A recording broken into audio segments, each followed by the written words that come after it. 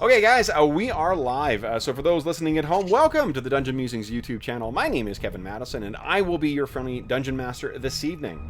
This evening, we are carrying on with session 14 of our ongoing campaign playing Advanced Dungeons & Dragons 2nd Edition.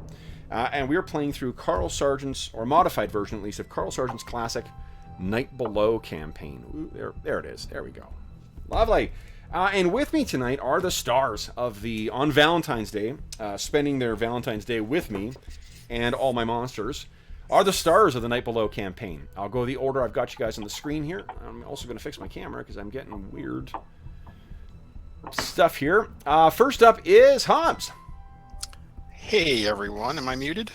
You No, are I'm not. not. Yes, I am Jason Hobbs, and I am playing the Savage Earth Elementalist, Savage Elf Earth Elementalist, Elanion Elandin.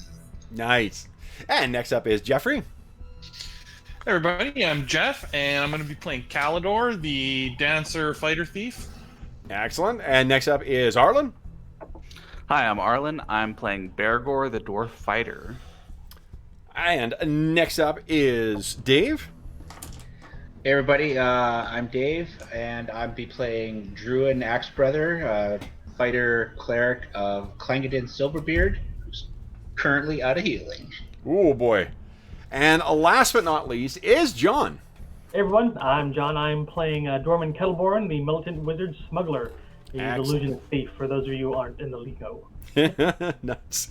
So, where we last left our heroes, it was in the midst of, once again, storming the Goblin stronghold at Heathertop Warren. And where we left, I believe, like the specific moment we left our heroes last time was with a bunch of attack rolls on... Oh, I forgot to mute. Hold on. Wait, are we storming though, Kev, or are we fleeing? Well, I'm going to leave. Well, I guess we'll discover in a moment what's going on. There wasn't a whole lot of storming happening, I don't think. You're sort of like, there's mild drizzling. Creeping. Yeah. What we're looking for is for the 4 arrows that were coming down on Bergour. And I said we were going to reveal the outcome of those attack rolls at the start of this session. The outcome is I rolled 3 misses.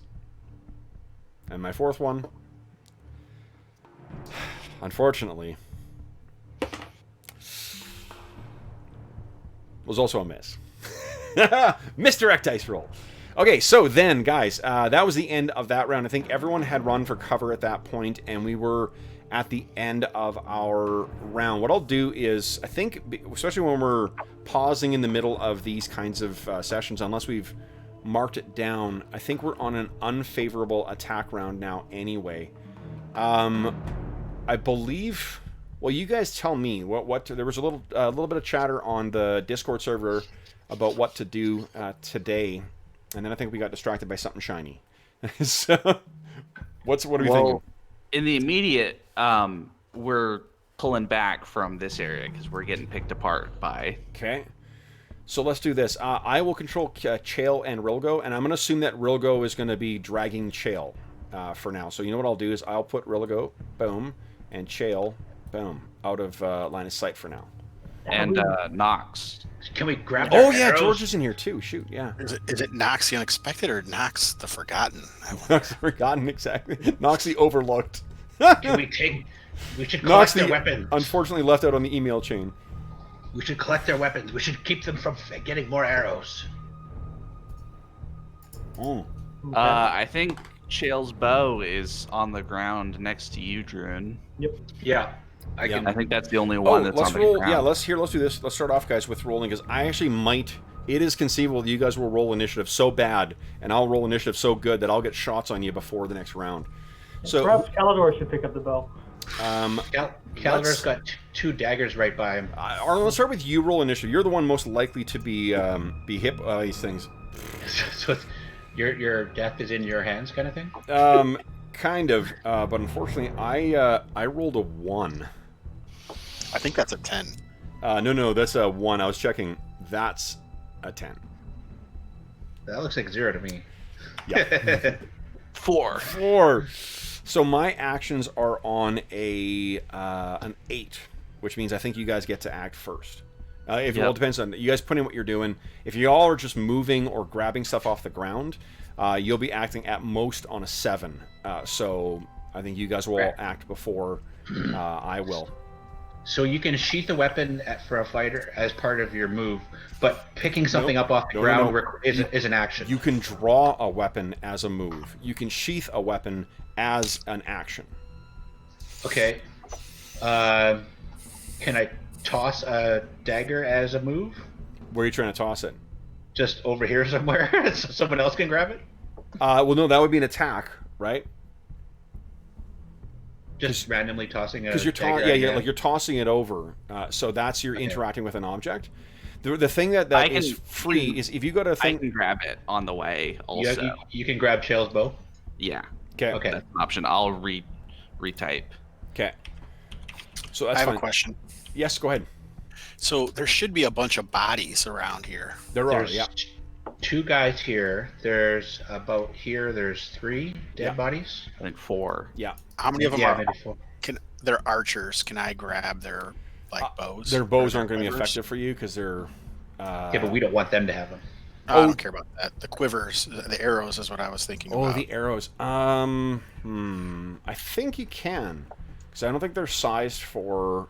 I mean, they're going to be goblin arrows, so they will. I'm going to give them -1 to hit with them, because they're not really sized for your stature and your bow. But if we use them for kindling, they can't be shot at us. Exactly. Yep. Definitely. So you can grab Hobbs. Assume like between the ones that have fallen here, you can grab at least 20. Okay. And all right. So then, if that's what you're doing, Bergour, you guys can start moving. I think both you guys, Bergour and Druin, will go before. And Calidor, what are you doing? You guys are yelling at me to pick up those daggers, or what? Well, if you didn't say that, then he wouldn't think of it. But if Druin tells him to, he will. Druin did mention there's daggers in that dog right by your feet. So I don't know. Okay, yeah, then I'll grab the daggers. Okay. And you didn't have anything because you were prepared to grab the fallen dwarf? Yes, I was, exactly. Okay. So, Bergour, what are you doing? Are you guys still... I just realized my hands are full. I can't grab the bow. So, I'm moving. Okay. But I'm moving back to, like, here. Okay. Out of sight. Okay. Druin's also moving out of sight. Calidor is also going to move after he grabs the daggers. Okay. Yep. Actually, Druin's going to go from here to here to here. Nope. No! They bumble into each other. Yeah. We're standing on each other. Three Stooges, and then it's like, what about the bows and arrows over here? Do we want to get those? Keep them from... They're not going to come running down the hall. Okay. Sure. Why don't we... I don't think it's worth it, personally. I don't... Yeah. Okay. You're concerned about it, maybe, but I think the bigger factor is how many goblins there are, not how many bows they have. True. So let's refresh where we are, just sort of to situate. So you guys are in this really thick kind of hedge or thicket of kind of twisting, thick vines and bushes and whatnot that goes up about 7 feet tall. The path that's through here is this roughly beaten thing that seems to have been carved out, or I think the way I described it was as if it was like groomed by a savage landscape architect, where they're like something unnatural has sort of shaped the passage through here. You can hear still quite clearly the screaming of goblins, a bunch of them up to the north there. What are you guys doing next?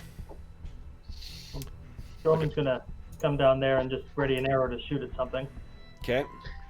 We'll shoot at something where? Remember, you got to be looking... Yeah, if I see any goblins coming from this direction, I'm gonna pop them. Yeah, excellent. Okay. So you're gonna give us cover fire to retreat? Yes. Okay. Awesome. So there were more goblins that we faced near the hedge entrance, right? Like a couple off to the left and a couple because I'm also tired of fighting with the dagger. I'll fight with short swords, goblin short swords if I have to. Sure, yeah, go ahead. You definitely can recover 2 short swords. Okay. Are you asking what we're all doing, or? Yeah, like we can kind of drop out of the turn-by-turn thing here. Like, what do you guys... I think we're making our way back to our campsite. Down the hallway. That seems like, I mean, that's our kind of long-term goal right now. Okay. Yeah. If there's no opposition and we're not in turn by turn, can we just move out? If you guys, yeah. I mean, like I think what we should do is take the door with us, because what we're missing is our own portable redoubts. We were trying to use Bergour for one, Yeah, but if we had a redoubts and people moving redoubts with archers behind them, then that could be something that works. About that door, Bergour, you want to fill in? Bergour, yeah. Well, I mean, but I mean, is the whole thing completely destroyed, or I mean, maybe we don't need it. It was just a thought. So maybe we build one. We got freaking weaponsmiths and armors, and I'll go last. Dorman, you back out. Come on, Calidor. Bergour, you do the front. I will go last and try and cover our tracks again. Okay. Calidor, get going. Okay. Okay, so over here is where there's some dead dudes. Yeah. So Druin's just gonna run over here. Grab. Oh no, it wasn't here. It was closer to the doorway. Oh wait.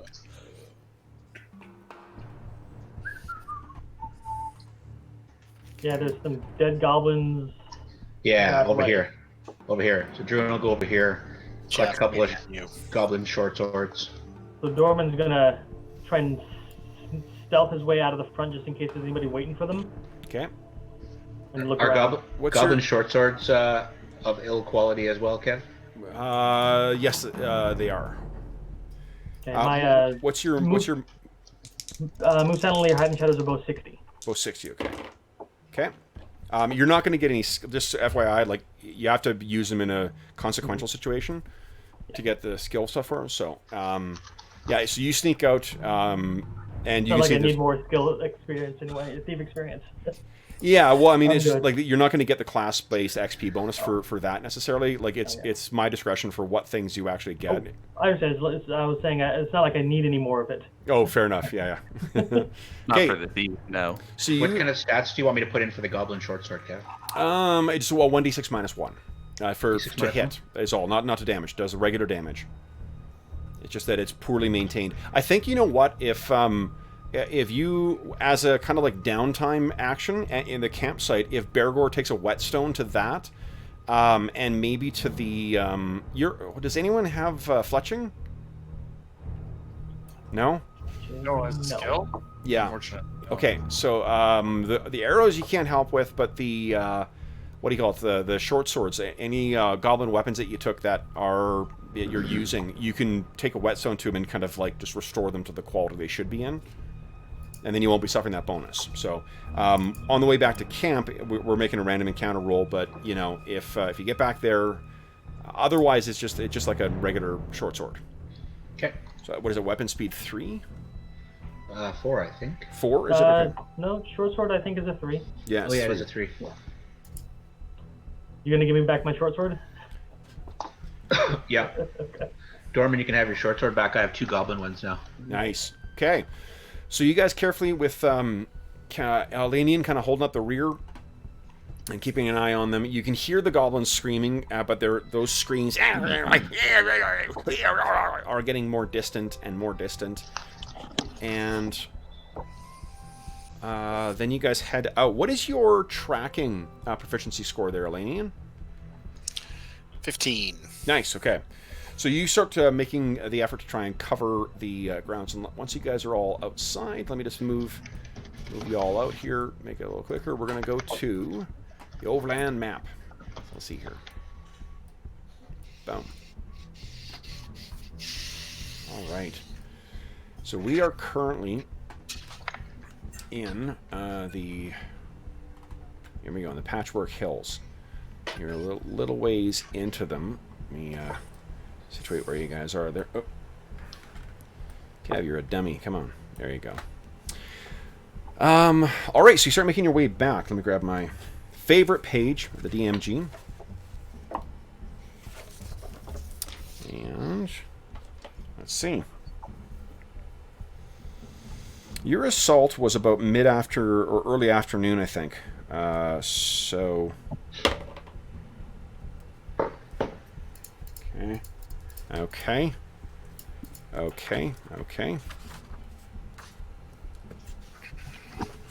We're assuming that, again, that Elanion, not Elanion, that Rilgo is going to be dragging Chael. He'll be maintaining a watch over him. Chael is the one that kind of brought him back from the dead as well. And I guess, once you guys get outside of the hedge outside of Heathertop Warren, is anyone going to apply any kind of first aid on Chael? I guess no one has that ability or any healing spells. I don't think we have any healing left, so I think we have to wait until tomorrow morning. Oof, okay. So yeah, he's going to be...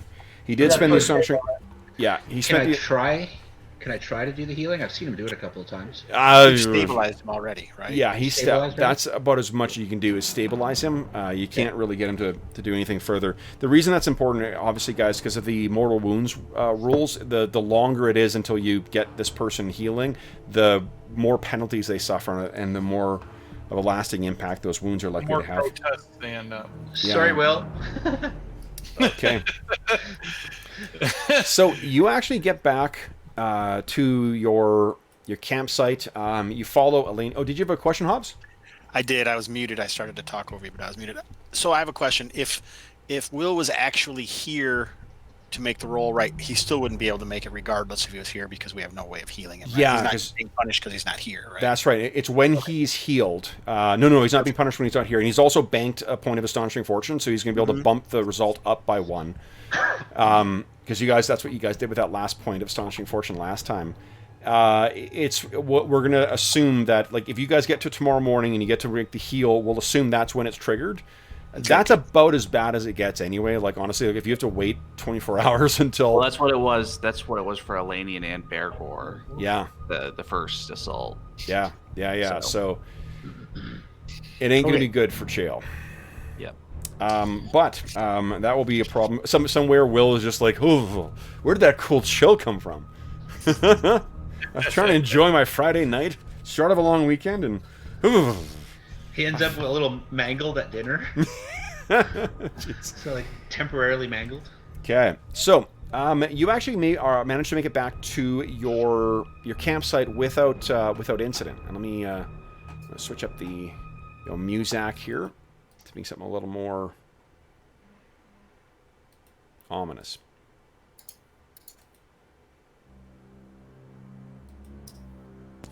Ooh. Yeah. Anyone ask me a question during my wardrobe malfunction? Sorry. Oh, no. All right, so we are back in your campsite, guys. And it's only been a couple of more hours, so, I mean, like, it's really maybe about 4 o'clock. You still have a good chunk of the day. Elanion has been hanging out at the rear. Again, as much as he's walking with a pretty pronounced limp right now, he still is doing a pretty good job of... For one, keeping an eye out to make sure nothing is following behind you, and 2, covering the tracks that you guys are making, because the dwarves obviously are leaving some pretty big, footprints as they're stomping along, and dragging the heavily... Oh yeah, I guess he's only wearing leather armor, so it's not like he's heavily armored. But even the same... probably between 2 of them, they don't have to drag him, right? They can... How heavy... I'm going to check what Rilgo's strength is here. Bergour's strength is a whopping... It's a 12. But Knox, I think, has pretty good strength. Oh, yeah, right. There's 2 of them. I forgot. Once again, Knox the Forgotten. Knox the Overlooked. Knox the... I left you off the email chain. So bad. Okay. All right, so then you guys make it back. What do you plan on doing for the rest of your day, your afternoon? Strategizing? Yeah, let me put you back in camp here again. Let's go to camp. We need to have a talk about what we're going to do next. Yeah. Yeah, because Bergour can't be the walking wall, because he can still take damage. That strategy's been tried twice now, and they get lucky, and we don't have enough healing for that to, Well, and then in strategy. it's almost as bad trying to hit them as them trying to hit me, right? Yeah. Because they're in heavy cover. Yeah, we would need a different strategy as far as that goes. But what I was just thinking is can you tell me, like, when we're inside the heather, Yep. Warren, is it on top of a hill? Is it on the side of a hill? Is it on the bottom of the hill? Yeah, Where it's is it it's on the sort hill? it's pretty much at the top of a hill. You guys are at the crest of one of the low hills right next to the side of the river, and it moves in. It seems as if like there's some kind of crevasse around another central hill, and it's on that central hill is where they've built that fortress or whatever, that warren, out of the materials they scavenged from the new mire, from the farms that were affected by the new mire. What if there's another entrance? That's what I was leaning towards. What if we went up a hill nearby that was higher, deeper into the patchwork, and then could look down on it and possibly see like another entrance or something? Or even just circle around it. Yeah, Either of those. you could try reconnoitering around there. You guys haven't done that yet. It's gonna be the area around there is thick with that same kind of hedge, so it's gonna be difficult going. But that also means it gives you a great deal of cover too. I don't know. So Well- those are some thoughts that I was having. So I don't know what you want to do with them. Or really who makes the decisions here, I guess. But I thought it was you. So another option, one of the things I was thinking is that we know if they built a fort, they're not going anywhere, right? Or we can expect that they're going to be around for a while. We could go back to Milbourne, tell Carmen that we found the problem, but we're going to need an extension or something like that to actually deal with it. And bring some reinforcements. Mm-hmm. Get I some vote for that. potions. well, Get some men-at-arms. Some meat shields. Yeah.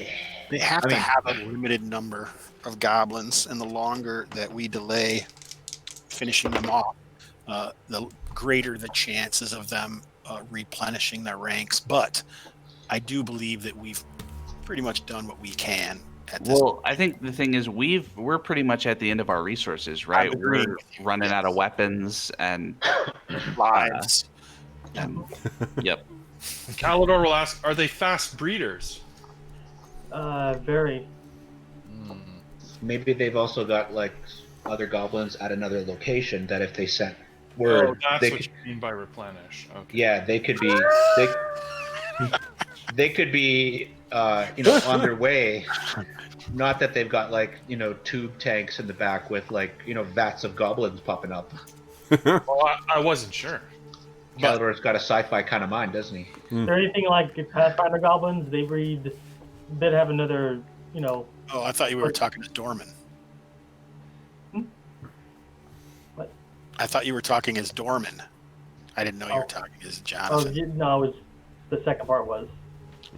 All right, so I think I would vote for returning. I didn't want to go with the second foray to begin with, so I didn't think we had the capabilities. We had 3 extra people suddenly. It was like, hey, look, we got reinforcements. Let's go. Yeah, but it's even if we fight our way through the goblin brigade that's stopping us, the archers, there's still a whole building that we have to besiege, right? Yep. And there's obviously these magic using goblins that we haven't even had to deal with while we're just trying to get across the bridge. I think we So- killed one of the magic using guys. No, No, he He ran. escaped. he ran off. Oh, he escaped, right. I nailed him with an arrow, but that was it. So, I agree. We could definitely head back. and I really think that there could be something important in this message as well that I would like to deal with. And I feel like we're at a state where training would significantly assist us. Yeah, so let's talk about what training will consist of. Because I mean, I guess the thing is, there's no timeline on this campaign, right? Like, there's gonna be shit that's happening in the course of the background, and I'll going on. I will whatever is going on, like. Continues. Yeah, exactly. Like it's a persisting world here. But the intent behind, I can tell you, but the intent behind the designer is for that kind of stuff to happen, to be like, take a week, get your training done, whatever, and then go back out. This is not something that is necessarily, we're going to see the end of this campaign in the span of a month. Yeah, and I guess that the main thing that they're doing is increasing the wet, and it's happening quickly, but that's a quickly over years, not over weeks or months. Yeah. Yep. So knowing what's going on and definitely letting Lord Carmen know that is it beneficial in its own way. Well, and with our lives. who knows what other resources Lord Carmen has if we tell him, hey, this is what's going on. He may say, all right, I'm going to send in my men-at-arms, and there's like 100 of them. They're going to clear it out. Or even if he calls for local militia from surrounding communities or something. Like, who knows? Yep. But also we can like go resupply, heal. You know, maybe some of us can get some training if there's some folks in town that are capable. Yep. So I was checking here. Druin kicks the dirt. He's like, yeah, I understand what we're saying, but I still want to go kill those little fuckers. I agree with Druin. Do we need to vote or? Oh, no, I'm also going back. No, we need to go. All right. No, we need to leave, but they're a stain on the land. They need to be removed. I Okay. don't think anybody's saying no. We want to go. Kev's rolling up the 5 zombie skeletal warriors that are going to be attacking us on the way back. Every night we're attacked. The 5 zombies. All right. Let's see here. Who's gonna make my roll for me?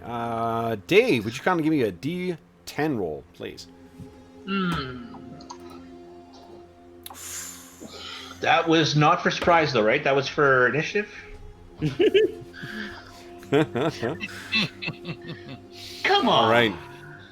So, let me think here. Was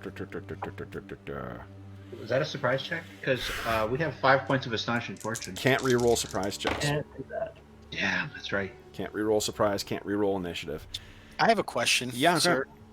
This isn't necessary right now, but would you put a note to either give us the map so I can have it offside to look at, or put it in You mean handouts? the- The new oversized, over your map that you My made. map. Yeah. Give me 2. I can do that right now. Okay. So that's actually not too far off. Well, I mean, if from... we don't survive this surprise roll, I guess it doesn't matter. But yeah. Character would like a copy of the map. yeah, Okay. Yeah. No, I'm happy to do that. Give me a sec here. because it would help us to be able to look at it when we're speaking. Oh, and of course. actually Yeah. deciding how the path we want to take. Totally. Nope. Totally. I am. If we're doing it in person, you guys would all have printed copies as well. Hold on. Is that the one? Let's see. We'll find out in a sec here. Yep, I think this is the one here.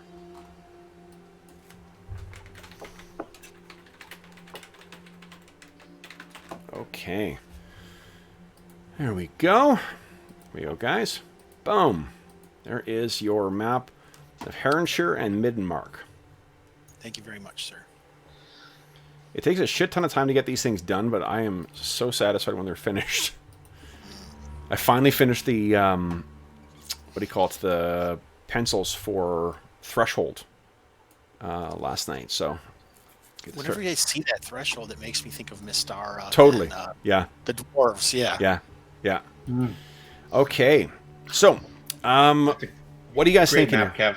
Just Thank saying you. it's a great map. Thank you. Yeah, Very- fantastic. No, I wasn't fishing for compliments there, but No, I just, but it is like the detail, and Well, it's it's nice and clean. Years of practice clearly paying off. yeah, there you go. Not my first time to this rodeo.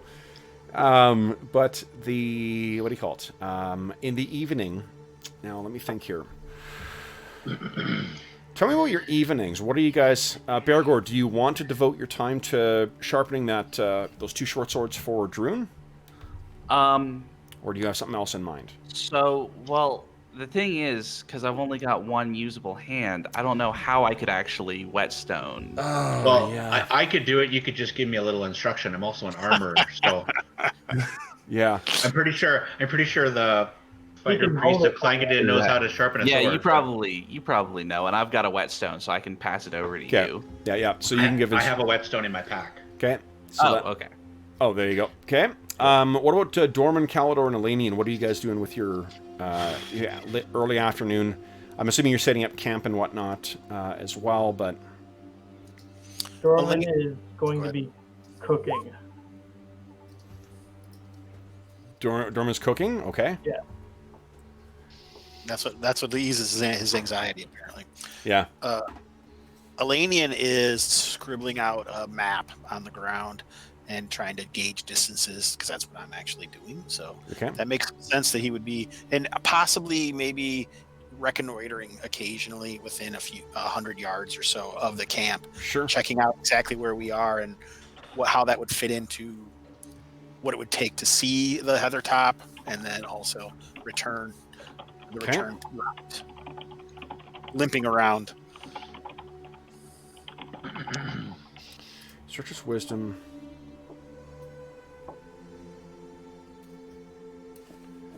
Kalidor is questioning his life choices. Yeah. Is that his choices of brothers or the rest of the companions? I think yeah. Okay. Why am I traveling with all these dwarves? What is he doing out here in this wilderness, dying at the hands of horrific little goblins? So, let's see here. First, we got 1, 2. You're cooking. You're working with basically 2. 2, 2, 2. Let's see here. 1, 2. Okay. So, Elanion, would you give me a D6 roll, please? I can't wait. Nice. Okay. Give me a sec here. I want to check one thing. There's an elf ability that may be coming into play here. Because I think elves are immune to sleep. I mean, that doesn't matter. Ignore that. Why would that matter? And ghoul paralysis. Oh, yeah. What about level drain? I think so. I think you name it. I think that. Exactly. Bullets, arrows, harsh language. We're immune to it all. Well, okay. they're kind of the opposite. Sticks and stones don't hurt, but name calling can.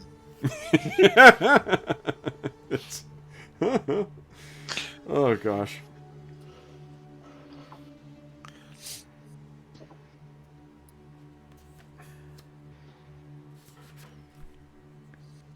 All right, so I think what you find, Elanion, as you're looking around the camp, what you see, and this is still like, because it's summertime, it's still the days are very, very long, and I think it was cool again today as well.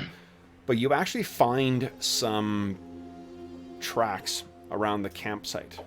You can picture that you're walking about maybe 100 yards out from this, in the in some of the up and down the heather, and there's a bit of a part where there's some like mud that's clear, and you can see some tracks. Do you have animal lore or? Yes. Yeah. Either animal lore or tracking, whichever one's better. Go ahead and make that roll. I got so many things open right now. Oh my god. I'm rolling everything. I got it all. Animal lore. Okay. Nice. If you were to guess, given the number of kind of like little, not punctures, I guess, or like punctures into the mud. It's an oversized arachnid of some kind. Oh my goodness. Yeah, and they're fresh enough that this is within like the last hour. And it's probably about maybe 50 yards away from where the camp is. So you kind of look over and you can see, Dorman is still chatting away as he's making his meal. You can hear shing, shing as Druin is bringing the whetstone along on the short sword. Bergour's like, no, more to the side. You're gonna flatten it. Shing, shing, shing. And Kalidor, what are you doing while everyone else is working here? I think he's just, sitting at the campfire and, honestly not sure what his plans are at this point. He's questioning what they're doing here in the wilderness. Okay. He's in a melancholy slump. Yeah. He's not very happy. What are you thinking, Elanion? I mean, immediately I'm assuming you look around to see if you can see these things, and you don't see anything in, at least nothing in the in the overgrowth, but you know, or undergrowth, you know that those things tend to kind of squat and skitter along, right? So this is where you see Elanion. He finally gets a steeple and an evil glint in his eye and sneaks away from the part. No, I'm just kidding. Leave them to their fate.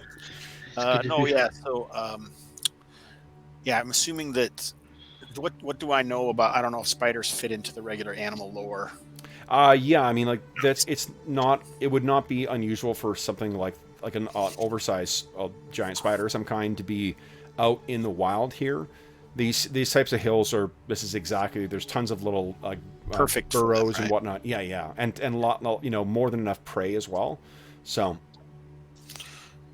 I guess I was looking it up to see, do they fit into... Okay, yeah, I guess it doesn't really matter. It doesn't say specifically. What are you thinking? I was just trying to figure out what I know about them in general, giant spiders. That they've got, for them, I mean, they come in a wide variety. Some are more, just like regular spiders, some are pouncers, some are, ambushers. One thing that does seem to cut true across most is they have very lethal poison. Would I know if they would be less likely to advance on a group with a fire? Definitely, any animal is less likely to, want to go in when there's a fire. It may draw the attention of other things, but it's certainly animals are less inclined to go in.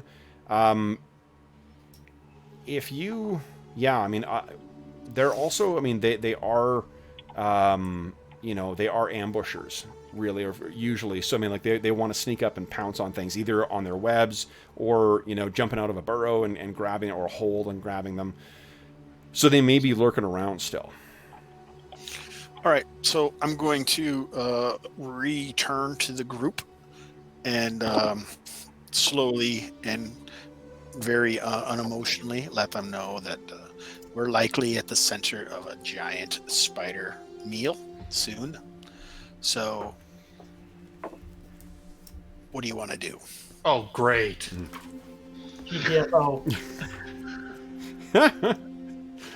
Caldor has had it. Do we want to try and... I don't think we would want to fight them at night if they decide to pounce on us at night. I think we should try to chase them off now if possible. Thoughts? Are they friends with the goblins? Could we trick them into eating them instead? I don't know. Usually in the woods back home, we would chase them off if possible. What if we had more than one fire? What if we put like a fire on either side of the tents and the tents between them or something? Well, it's possible, but then the more fire you have, the more likely we are to draw other enemies. Yeah. The size of the fire dictates how far away you can see it. Right. And I think you guys have been using the same place that you found a few sessions ago. So this is a really, with one fire, you can be really, really well concealed, and a low fire. But you are within, hours of that goblin fortress, and if you have a bunch of fires blazing there, that may seem almost like you're taunting them to come and get you. How many hours of daylight do we have left? At this point, it is about 7 o'clock, so it's probably about maybe an hour left. What do you think, Dorman, about? Because what's Caldor as a fighter mage or fighter thief? Fighter thief. Fighter thief. What about Dorman and Calidor? And I will try and find where they are. The rest of you heal up, and hopefully we won't fall into a trap. But maybe we'll find out where they are specifically, and then we can make a decision. I don't know about that. I've kind of grown attached to Bergour being nearby. Well, Bergour is not going Bergour to hasn't grown attached to Dorman being nearby. fight through the It doesn't mean anything to me. fight through the heath as we try and seek out Color spray! I And that's when the dwarven spell resistance kicks in, and Bergour just shakes his head and goes, "No." Just a thought. Yep. I'm up for a scouting trip if you want. And what do we do when we find these spiders? Well, if we can at least figure out where they are, maybe we can create a way for them to stop us, or we can make a decision to chase them off. I think we just need more information right now. Okay. A couple of well-placed arrows might do the trick too. You never know. It's possible we can just see what sort of condition they are in. Okay. We are not without our own tricks amongst the animals. All right, let's do it. I'm totally buying this. Elanion's got. Druin's like, "Yep, this sounds good." Mm-hmm. Okay. So, who wants to make the tracking check then? Let Elanion do that. He's better at it. Okay. So, Yeah, Elanion? so basically, Elanion's probably tracking, but he's trying to be as quiet as possible, but keep those guys super quiet so you guys can get it Okay. Yeah. back So if they have the opportunity. let's see how. So you can take a -2 to your proficiency score, just because it's not conducive for an area that's easy to track people because of the amount of overgrowth. But go ahead and give us a roll. Let's see how successful you are. A 2 definitely will do it. So this is gonna be about an hour of following them, and it seems as if they've moved away from your camp. So you are successful in following them. After an hour, do you want to continue going, or do you want to turn back? You're getting close to well, actually, after an hour is where the sun is very, very low in the western sky, tucking itself behind the hills that will eventually lead to the new mire to the west. I feel like maybe they've gone far enough away. What do you guys think? I agree. I feel happy. Maybe we can set up a snare with some rope and cooking utensils along that side now that we know which direction they went, and that way maybe if they come, they'll make noises when they come. Like put your pots and pans on them or something so we can protect that side of the camp. Yep, you can do that. I'm pretty handy with rope. Does anyone Sounds have set snares? That is a proficiency, I think. Oh, I've got rope use. Rope use is not the same thing. I know. That's Can do some awesome that's not knots if you helpful. want to. But no, we'll have to do what we can. I mean, we can do it regardless. We just won't be as proficient as someone who was setting snares. Yeah. So. Yeah. Okay. So, you guys set up what was you think is an effective way of kind of keeping yourself safe from the any Or at critters? least alarm us is really what we're trying to do. Yeah. It's obviously not going to keep us safe, but Yeah. Okay. So then, the evening. Let's see. We got 1, 2, 3, 4, 5 people keeping watch. But fortunately, the evening passes with only one random encounter. Let's see. Uneventfully. So, the next morning, let's see what has happened to the weather here. Well, it's a little less humid today, but still cool. So morning comes, it's still cool. And everyone heals back 1 hit point. I'm going to give Rilgo back. I'll give these guys their hit points back. I'm feeling... So is it not raining today? It is not raining today. Ah, Calidor gets up. Well, at least it's not raining. Okay. good. Shale, Pats him on the back. Yeah, I see. Bright side. yeah, it's the wrong token for Chael. Actually, let me grab... hold on here. I'll grab the one from over here. we can't actually see Knox's name. I don't know if that's because Hariel goes over it or... Oh, I think that's because that's the old Knox token, too. Let me grab the replacement. Uh-oh. I opened up my big one, and my Roll20 is struggling. Open up planar transport. There we go. Phew. Success. It's kind of spazzed out there for a moment.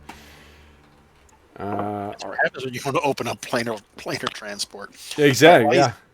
While he's doing that, you guys, what do you think? Do we try to go straight for Harlington, or That's the soonest bit of civilization. There should be a road directly north from there.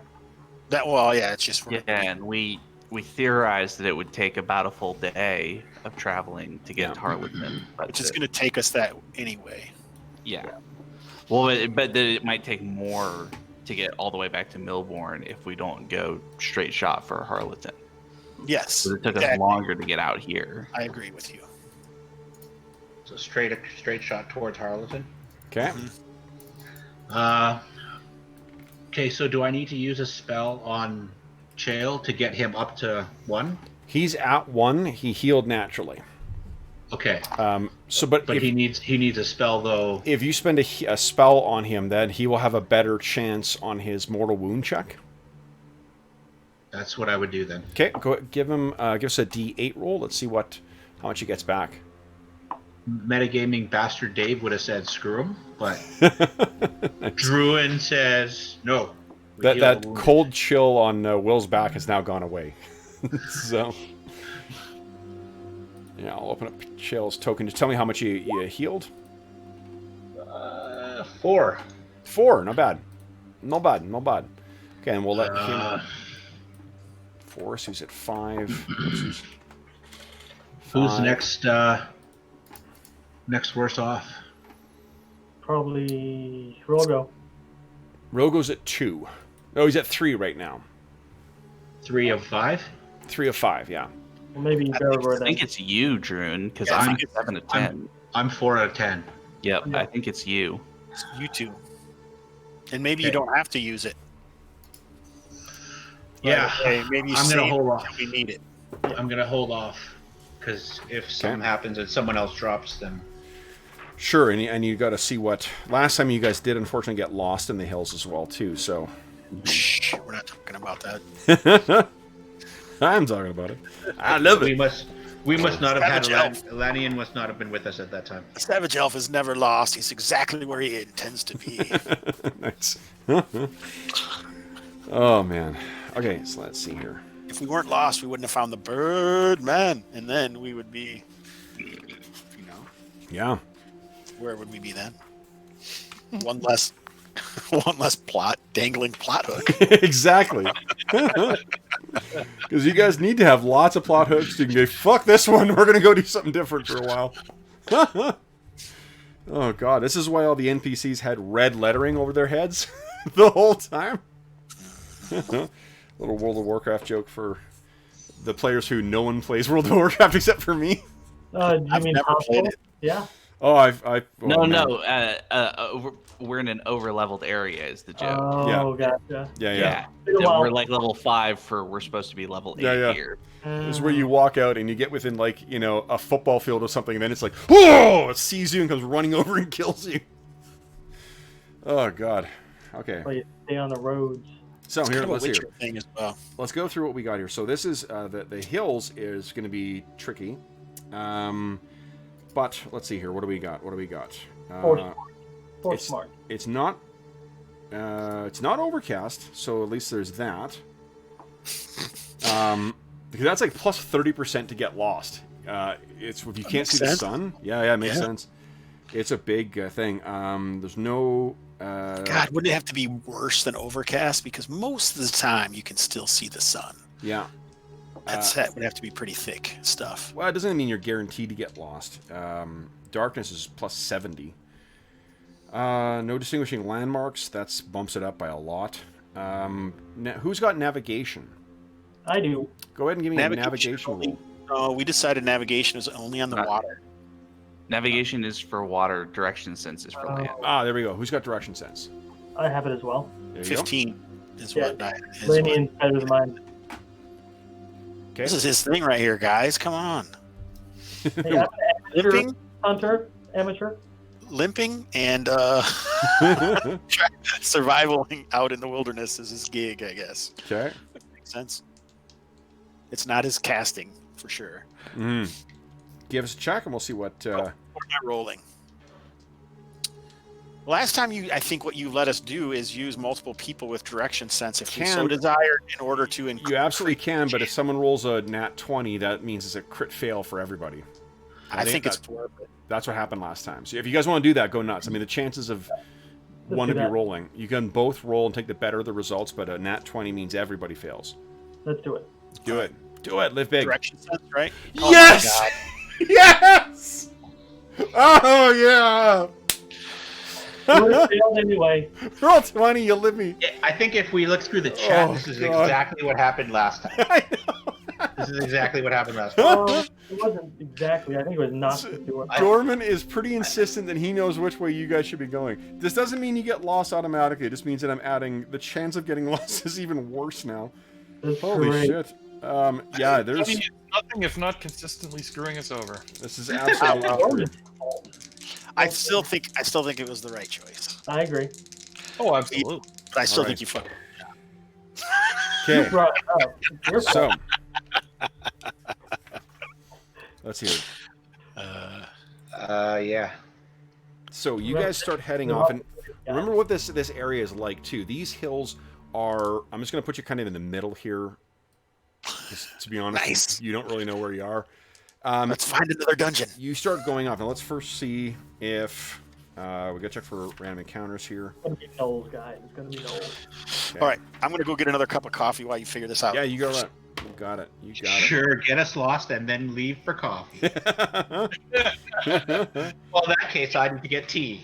Okay. That's funny. Where is it here? Don't go to Daydream, boys. Don't go to Daydream. Okay. Oh, yeah.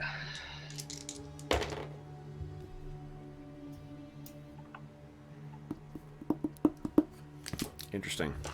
Okay. Interesting. Wow, they're fucked. That's what that means.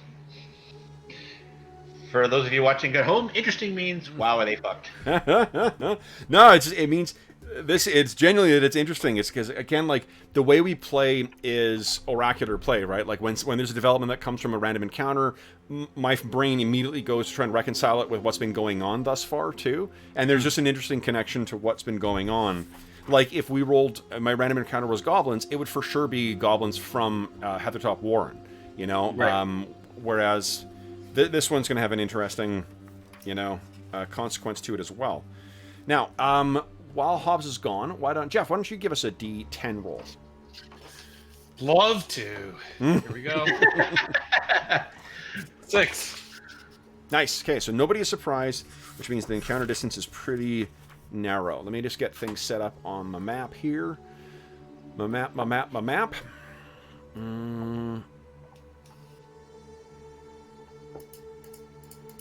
Give me, you know, I just want to take a look for one thing here. I thought I had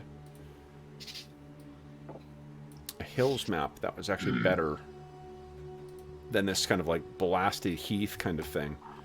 Let me see here. Overland. Ruins. Nope. Nope. Nope. Nope. Nope. Nope. I don't need ruins. I don't need ruins. Now this area too is like it's endless, you know, hills that are covered in that scrub heather and swamp, snowy caves. Don't have one yet. Nuts. Let's see.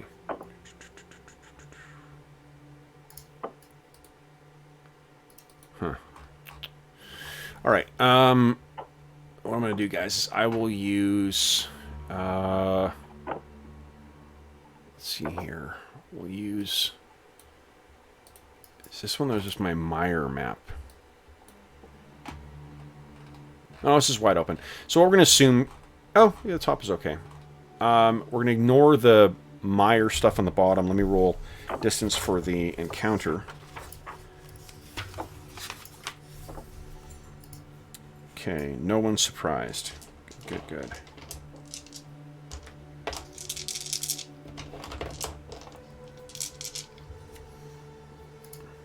No surprise in hills.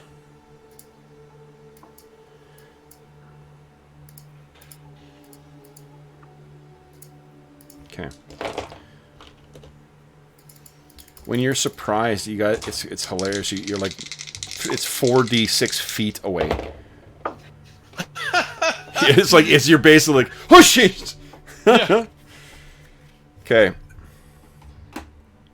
All right, now let me figure out what side these things are on. 1, 2, 3, 4. Let's roll that. 1, 2. Interesting. Okay. And let me place you guys here. And I'll use the updated tokens that we've got with everybody, with the current hit points and the proper site things and the proper names.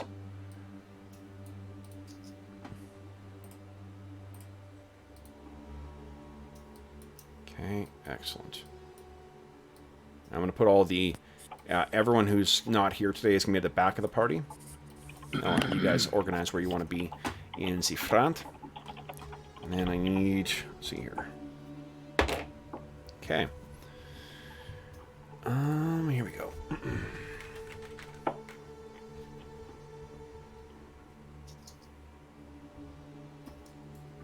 Ooh, excellent.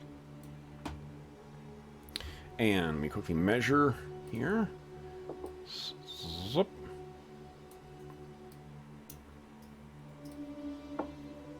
What do we got, boys? Do we know? Not quite yet. Not yet. Only that they're 4d6 away, so 46 yards away. Yeah. So not And they're far. hungry for Savage Elf wizards. They're very tasty. They love Yeah. that stuff. Yeah, they were. Fortunately, I'm an elementalist. Oh. Well, they'll be sadly disappointed. The distinction will. I'm just sure be make them appreciated by upset. the... Okay. It'll just give them upset stomach. Yeah. Okay, so, you guys... Let me bring you to the... thing here. Boom. Alrighty, here we go. Ready? Boom. So, you guys are right over here. Boom. First, let's set up what the marching order is for our brave heroes. When you say you put them at the back of the party, they have plot Immunity? invulnerability right Yes. Yeah. They're not going to be able to attack. They're not going to take any things. They get no XP. now?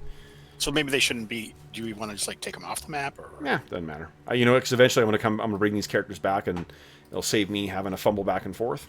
okay, Yeah. perfect. So, perfect, because that is fucking unterminable, Kev. Jeez. Roll 20 needs like a little Interminable.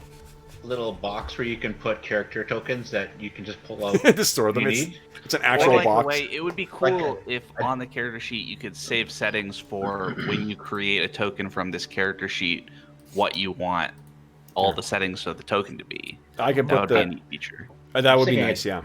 A dice box for tokens. There maybe is a way of doing that on the, like, for setting up the default, the way the tokens are come out, or are displayed. Because, I like, believe some of those, like, bestiaries and stuff, they come out with specific things like sight and whatever on it. Oh. Yeah. Wow. Yeah. I just don't know how to do it yet. Okay, so anyway, what I've done is I put them on the GM layer. That's just as easy. You guys can't see them then. Yep. Okay. So, guys, I'm going to make you look way over here. You see that? No.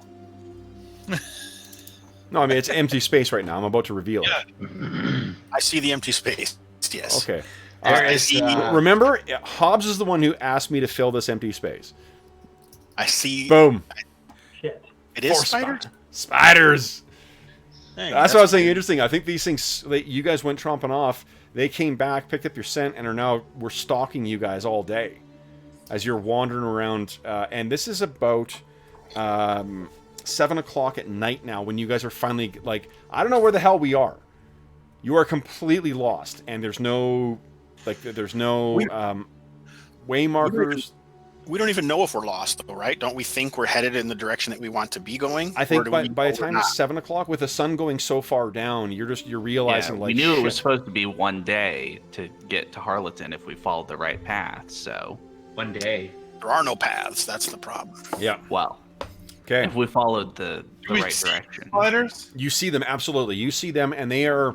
You can picture this is kind of like on the incline going up a hill towards the top of the page would be kind of the top of the hill, and it's there's a gentle rolling kind of thing along the side, but it's not, it's not going to give you any movement penalties. They are definitely coming towards you. Calidor says, I can't believe it. My grandmother said I was gonna be eaten by a giant spider. So I have a question for you, Kev. Of course. So with animal lore, I can tell I have the opportunity to understand and interpret what animals are doing by how they're acting. Yep. And I can also adjust their reaction roll.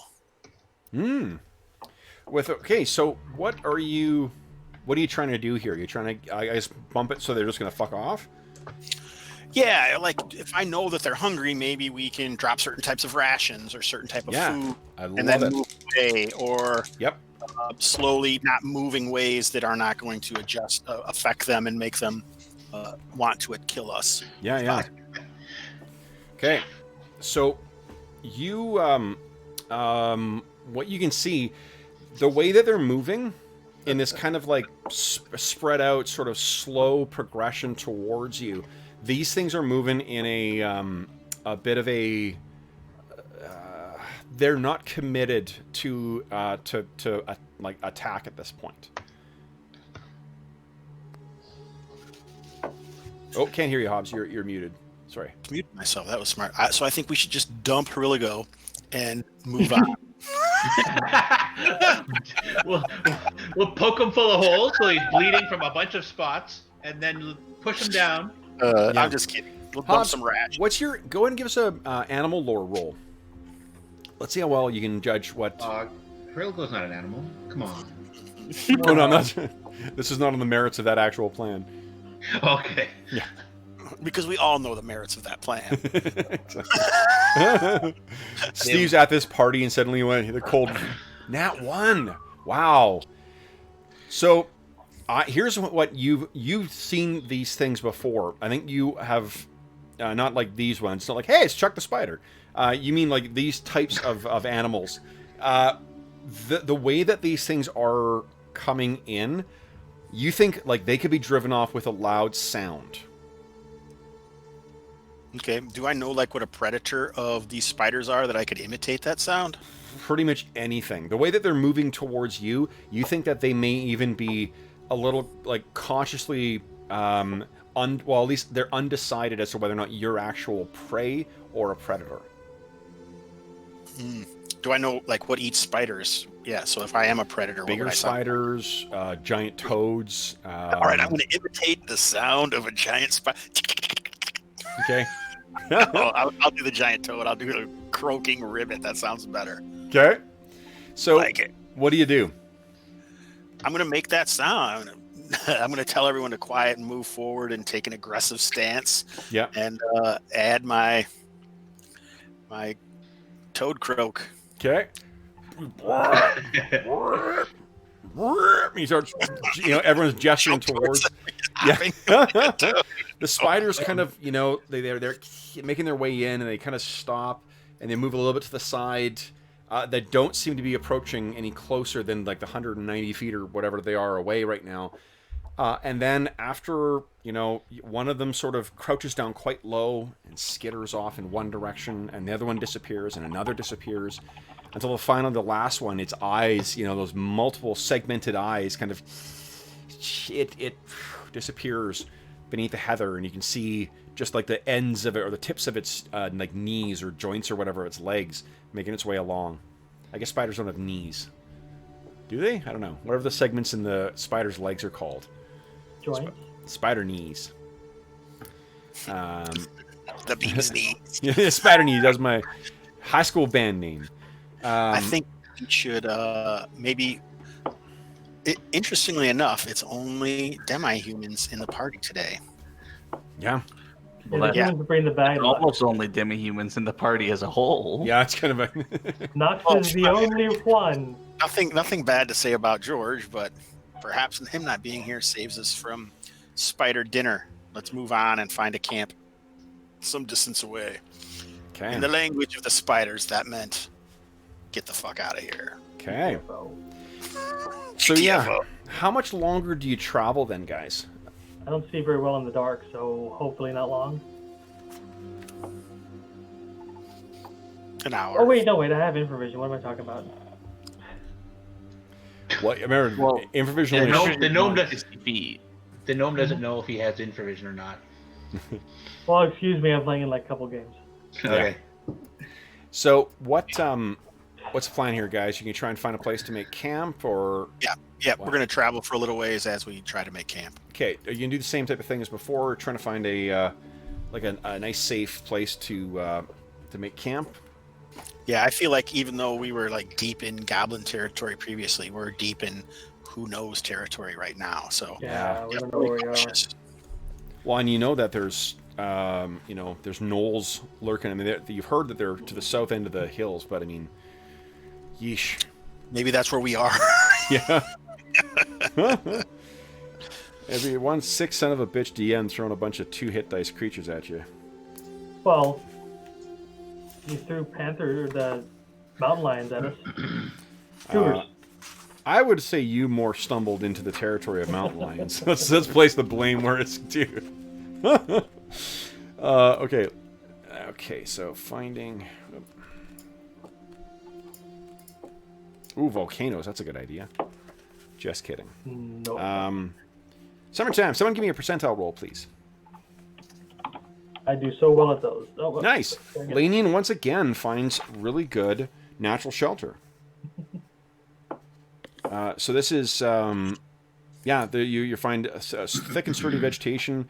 It's fairly abundant, so you can easily fashion a windbreak out of greenery. All right, let's do that. Okay. And then your evening. So this is day. Oh, I'm going to go back to my calendar here, guys. So we're almost at the end of the month.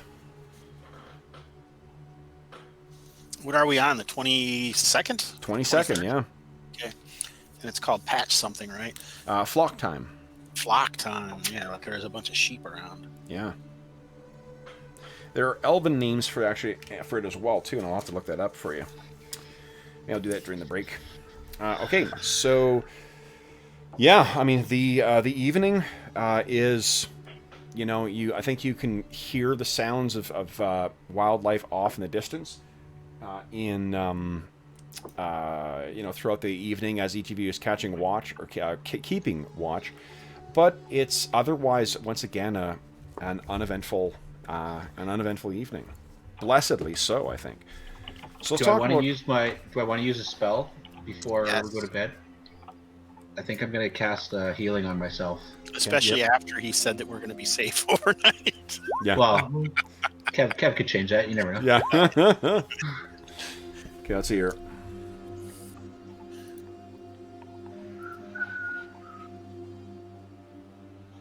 So for whatever reason, we know we're lost.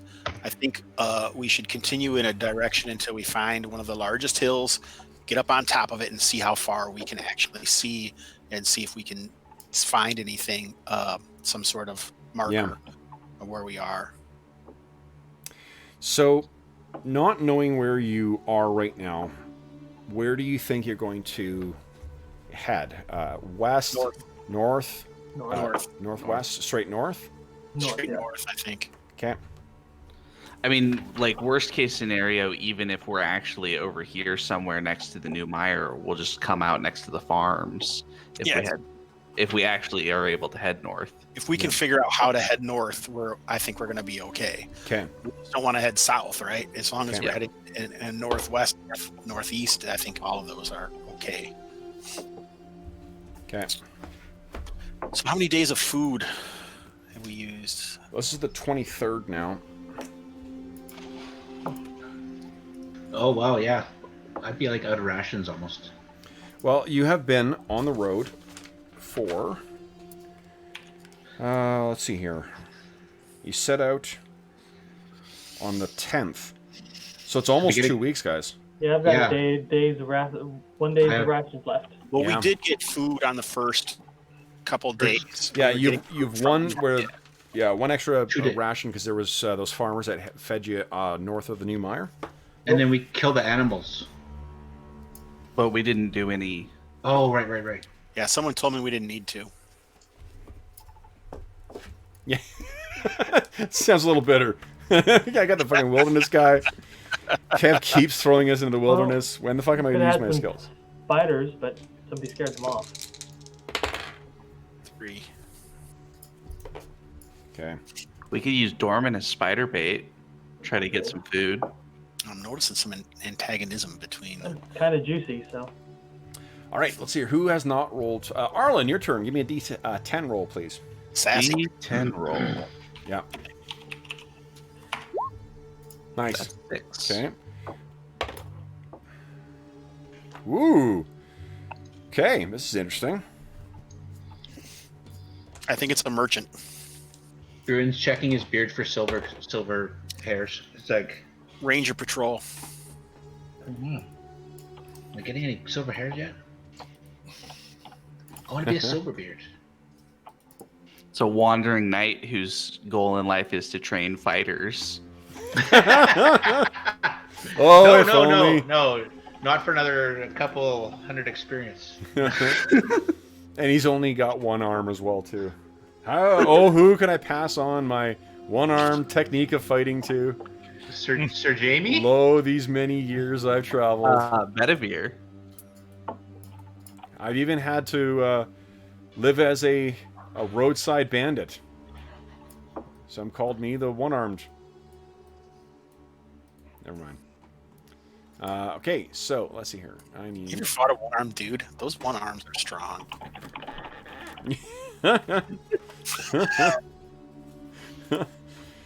Jeez.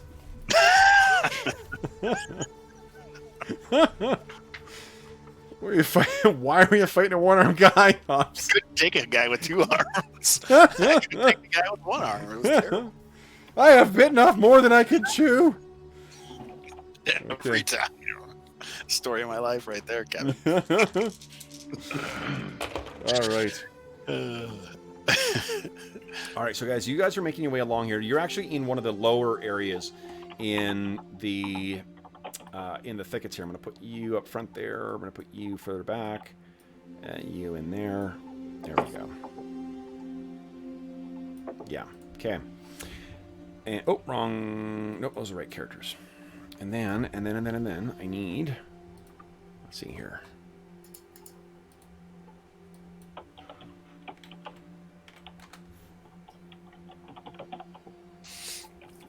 Some of these places in the Thornwood, it looks like you have very small trees, and then as you went on, it's like, oh, these trees are way bigger up here to the right of the Hogbrook. You're like, screw that. These trees are going to be bigger now. I'm sick of these smaller trees. Well, it's not. They aren't trees. They're what do you call it? It's all hedges. No, I'm talking about the map. When I'm looking at the Oh, the map. Yeah, yeah. map, like That's the also trees because, I up mean- here are huge, and down here they're kind of small in comparison. It's like my hand's getting tired. I like it. That is the most backhanded. If you don't like it, draw your own. No, I love it. Just looking around, backhanded compliment ever. Yeah. Sheesh. Well, it's also, I mean, it's losing track of the size that you're drawn, and I mean, more than anything, it's not that there's intentions that you get in the habit of doing one and another, and you lose track. All right, let's see here. Copy. All right. I think it's like old growth sections of the forest versus new growth sections of the forest. There's a player's finding logic in the inconsistencies. Love it. Okay. So, guys, 10, 20. Yeah, this is about what you see. So you guys are going around, and what kind of scampers in front of you guys? Unfortunately, there's not really a lot of cover here. We're supposed to be anything? Oh, there we go. Remember those mangy wild dogs that attacked you guys in the night? Nope.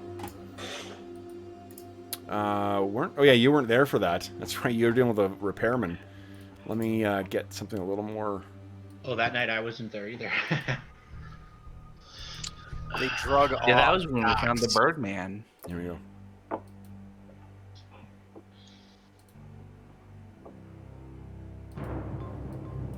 Okay, time for another Okay. like bird call or something. Come on, Elanion.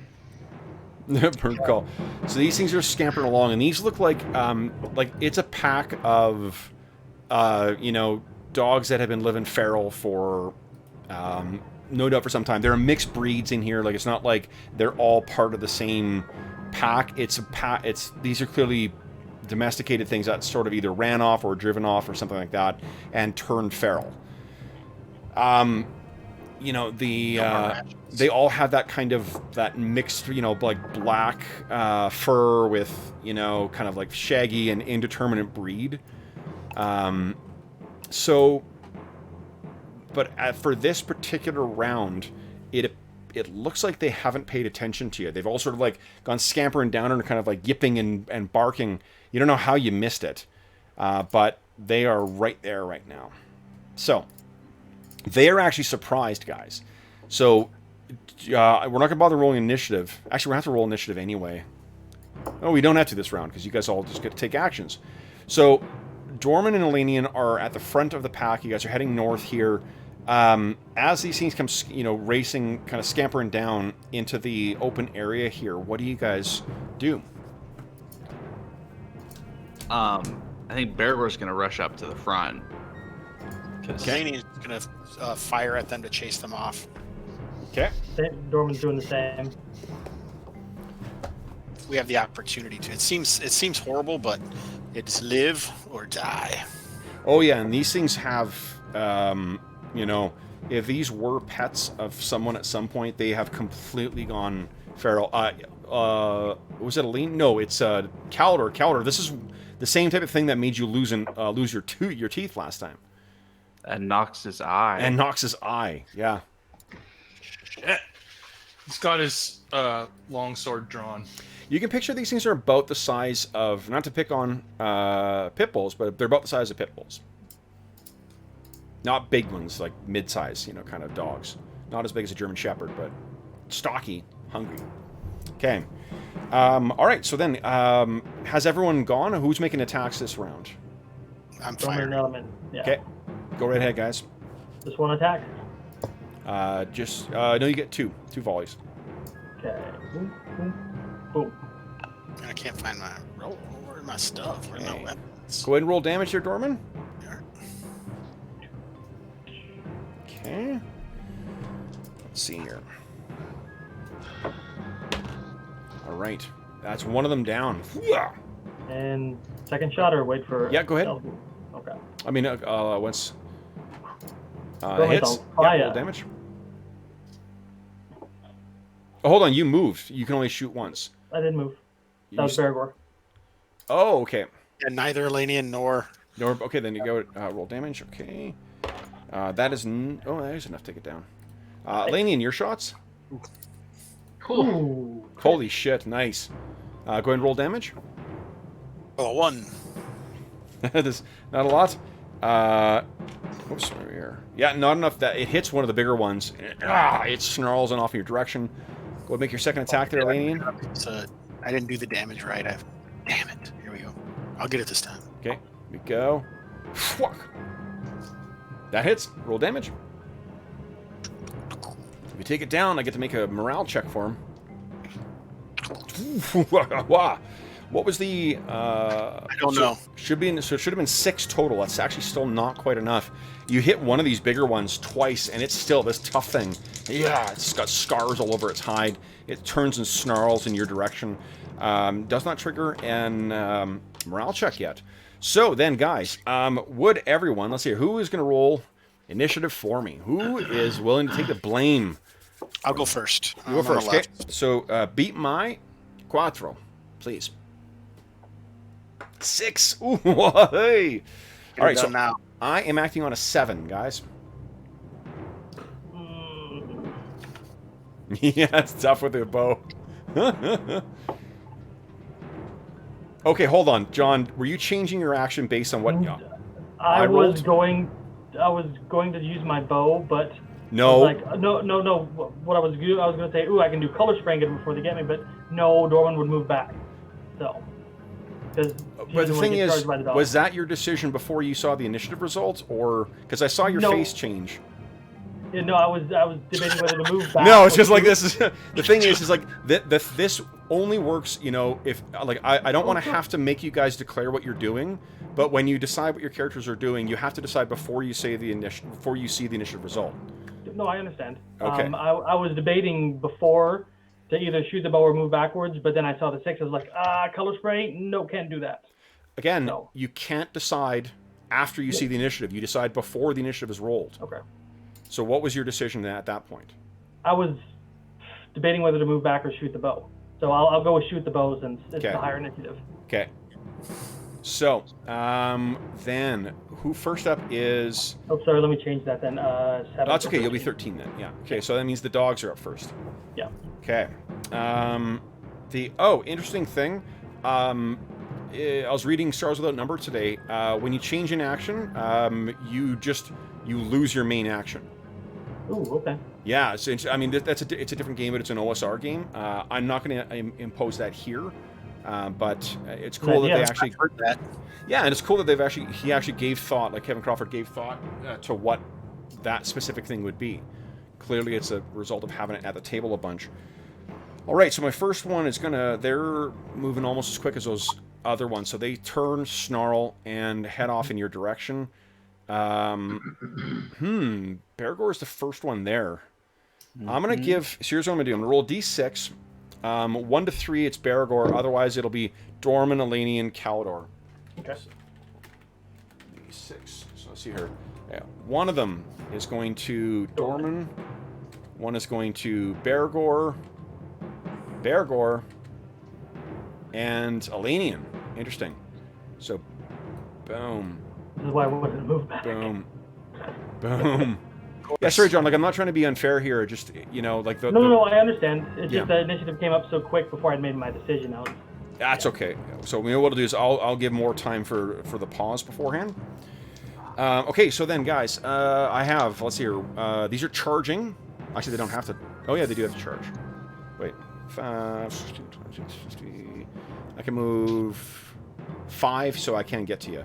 I don't have to get the charging penalty. So first up, Dorman, your AC is what right now? 3. 3? Okay. Let's see here. Oopsies. Gonna get hit. Come on. That is a miss. This thing comes in, but you're able to keep it at a distance. Bergour, what is your AC currently? 2. Dos. That is a big hit. Whoa. Okay, and you have a bonus versus diseases, right? I have a bonus versus poison. 3 points of damage. And remember that you were bit by these things. DR applies? Sorry? DR Does applies? apply. Yeah, DR applies. Absolutely. Cool. Next. That one misses. So you're bit by one, but you sort of slam that magic shield of yours into the other one. And Elanion, your AC is what, a 7? 6. 6. Nice. Okay. That is a hit as well. You take 2 points of damage. All right. And then it is... Druin, you're up next. I miscounted. 5, 10, 15, 20. All right. Okay. I'm coming! All right. So Druin goes running up. Charge. Yeah, but I didn't calculate that into my initiative. Oh, okay, my bad. Okay. That's why I said I miscounted. I thought I could get there in one round and still make my full attack. Oh, shit.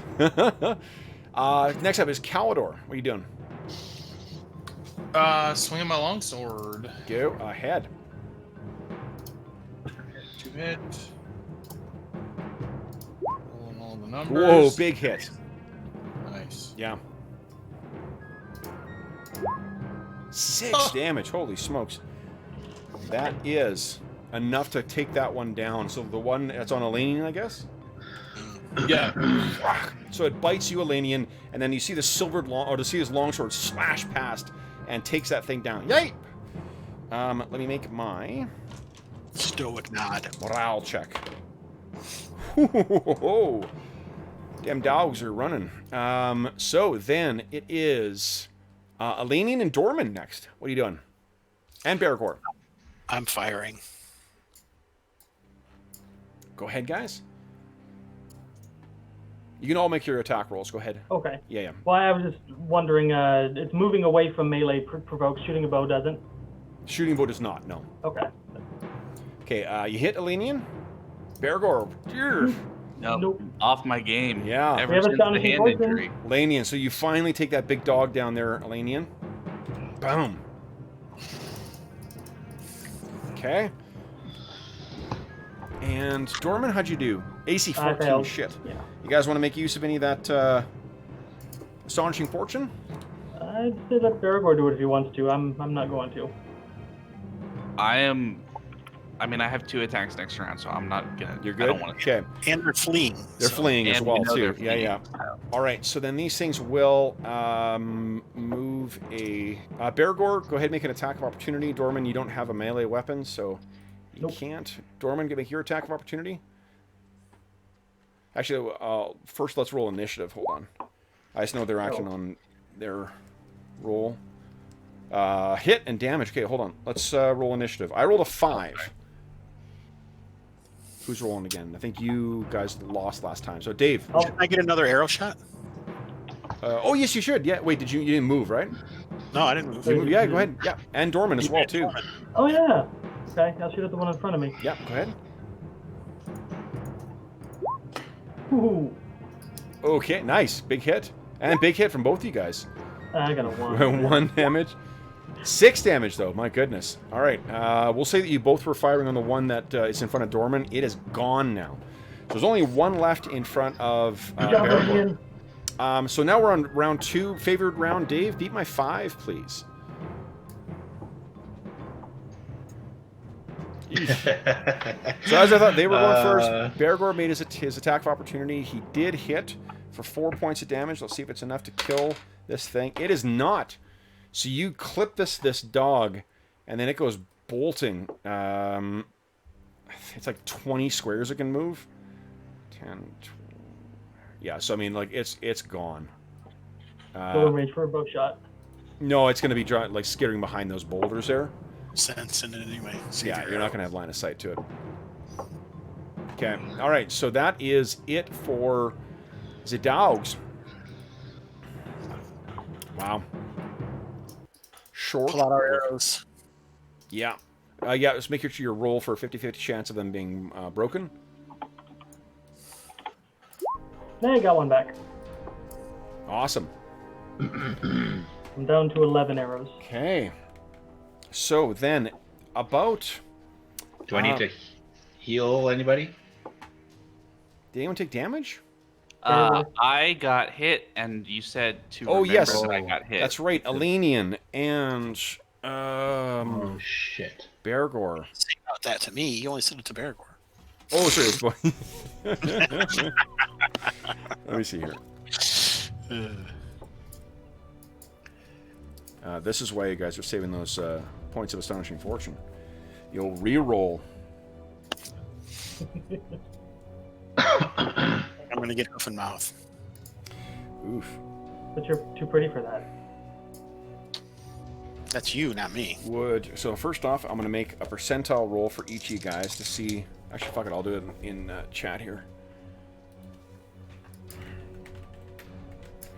So here we go, guys. First, a chance for Elanion. Do you get sick?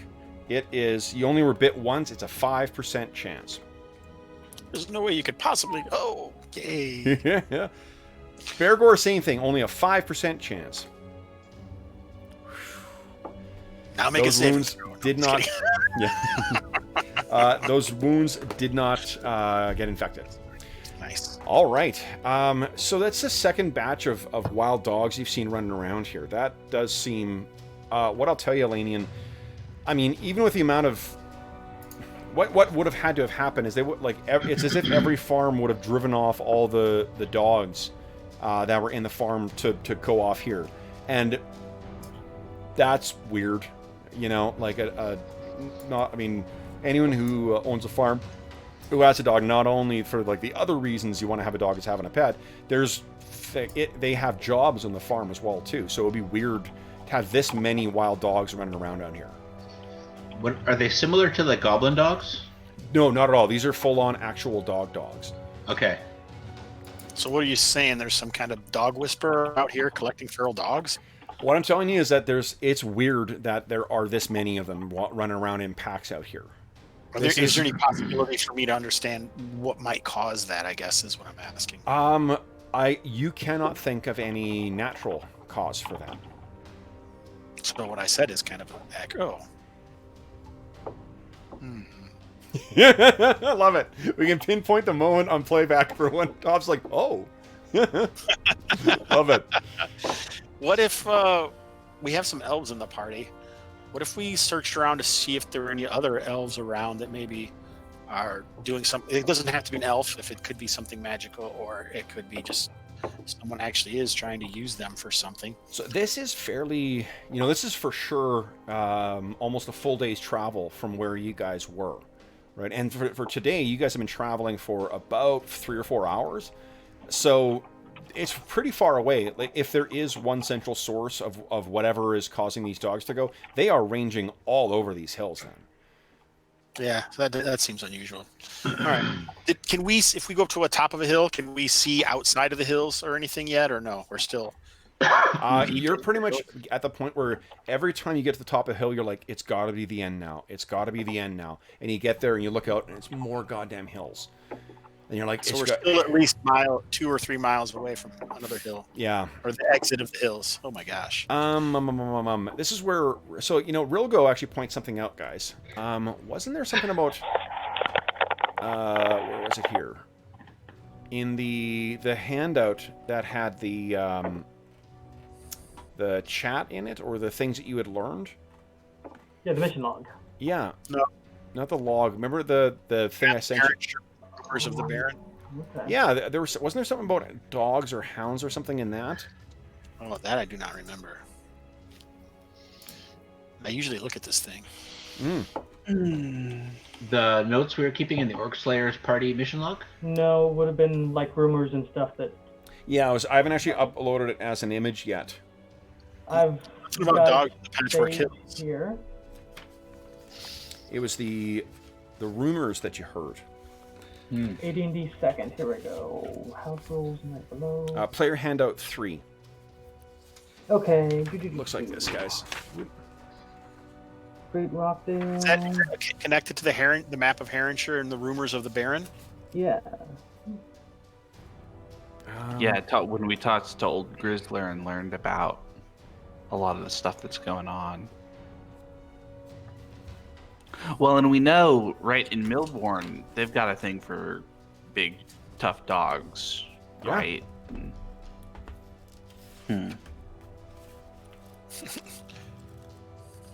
Oh, the Hound of the Moors. There's a dog in the Moors.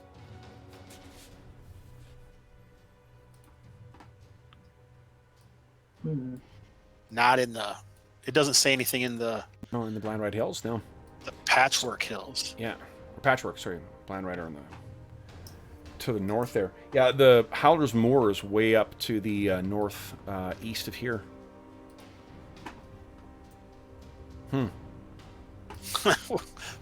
What did he say? Gosh darn it. You said that he said something. You didn't say what. No, I said whatever you've heard, that's in the player's handout 3. And if you heard anything else from any other NPCs, I got nothing for you. That is player handout 3, yeah. Yep. Okay. So, unless you guys, this is still, like I said, it maybe like 9 o'clock, 10 o'clock. So after taking a brief rest, after driving these things off, they don't seem rabid. I'll tell you that, Elanion. Like, they're not, these are just, there's something else going on. They're not sick or anything like that. There's just, it's a little unusual. There's this many of these dogs kicking around on the in this region. We haven't seen like prey wildlife at all, right? Like not deer or, Oh, yeah. or horses or. None of you guys have been hunting in the morning or in the evening, though. So like you Yeah, haven't so taken any down, but not, but like what are they eating is what I'm thinking. oh yeah, no, that would have been. There's stuff out here. There's deer Okay. out here. Yeah, like there's certainly an abundance Rabbits, of all that stuff is Yeah. going to be out here. Yeah. No, there's definitely stuff. It's just that it's the things that, because you're not hunting, I'm not really concerned about that, and because you haven't, you're not going to be attacked by. It's only Astonishing Swordsman and Sorcerer's Hyperborea where giant elks are like, "Fuck you guys." We're going to need to start hunting, though. I'm down to a day of rations.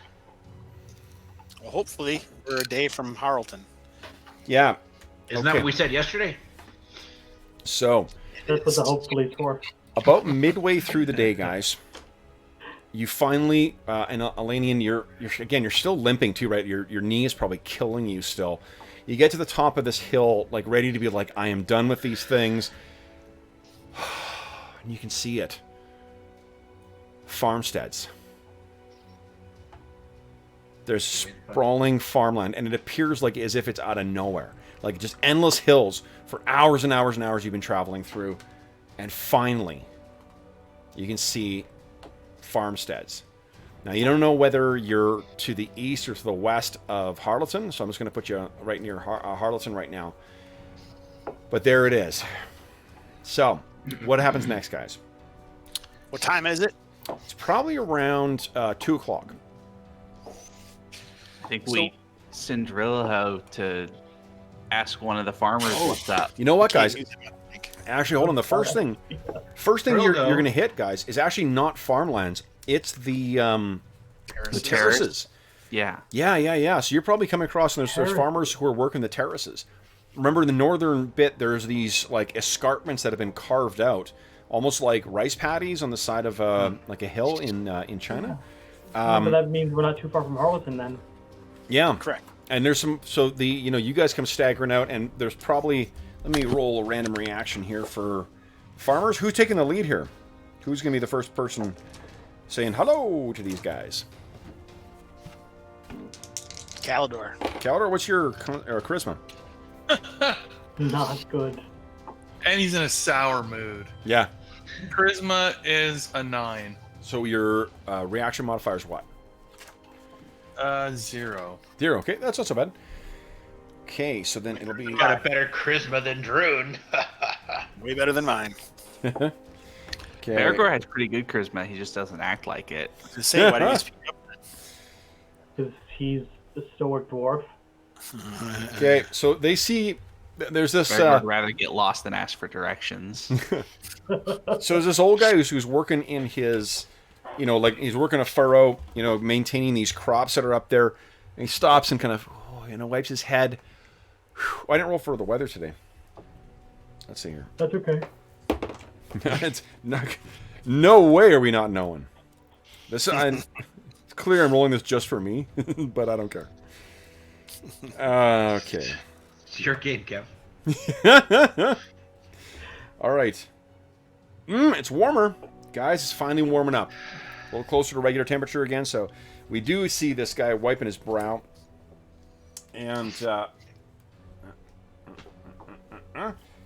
he looks up and he sees this, kind of ragged-looking, dirty, from travel group of, 2 dwarves, 2 elves, a half-elf. Actually, 3 elves, isn't it? Yeah, 3 elves. Mm-hmm. And a gnome going down. He kind of looks at you guys. You see him as you're kind of coming down the hill to the first of the terraces. You can see there's a couple tiers down where people are all working on it. He looks up at you and goes back to working his field. He's not particularly impressed or by what do you guys do? I'm not too particularly impressed with his farming. Moving on. Okay. So, I guess what I'm asking is, are you guys going to ask directions? Because you don't know where the hell you are. Yeah, we're definitely, we're not fools. So what happens? How does that happen, guys? Okay, so Bergour will take the lead. He'll walk up and he'll say, "Excuse me, we're looking to get to Harlington." What's your reaction modifier? It's +2. +2. Yeah, I have a 14 charisma. Wow. You just playing us with the surly So he thing. looks up at you. And what was your question again? Sorry, How do we get to Harlington? He looks you over. Looks over your companions. Sees the missing eye, the gapped teeth, this mangled hand, the bandages on everybody. I'll add, we're on Lord Carmen's business because that seemed to help with the farmers. Yeah, he kind of his eyebrows go up. He says, "Oh, is this? What's this in relation to? What business?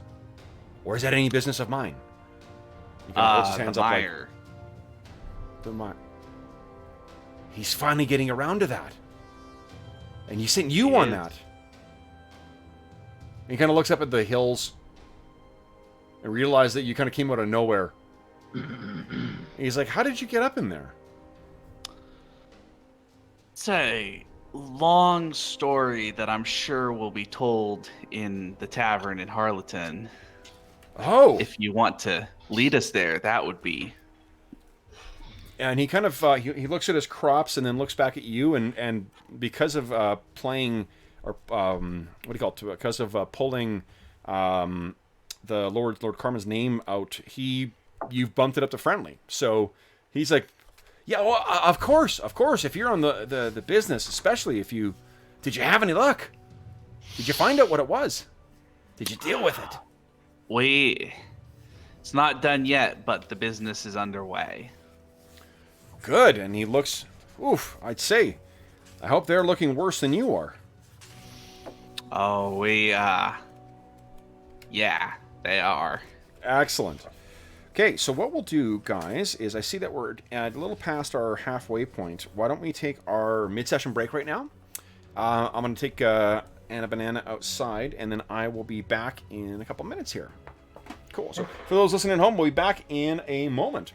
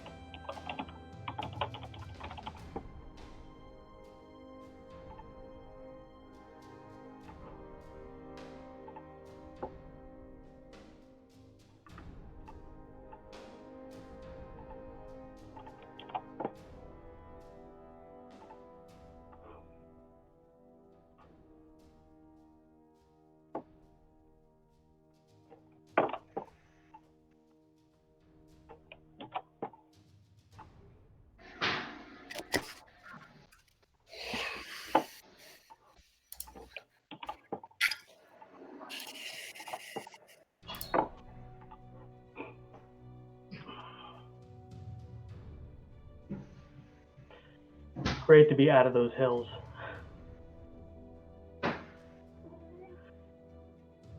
Yeah. Yeah. Out of the hills, out of the mire. It's pretty good stuff. Can't believe we've made it all the way to, where is it? Session 14 without leveling up.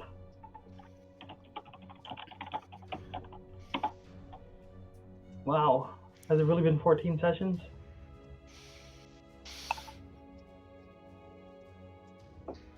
Seven weeks.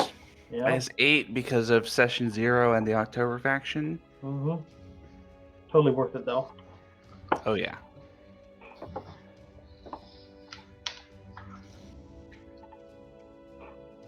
Yeah, what Kevin was talking about for my charity session, what I told him was basically I've got like a setting and some thematic stuff, and I'm just gonna let you put together whatever you want for what you think would be a fun session with that, like the October faction thing. So it's gonna be pretty doing? cool.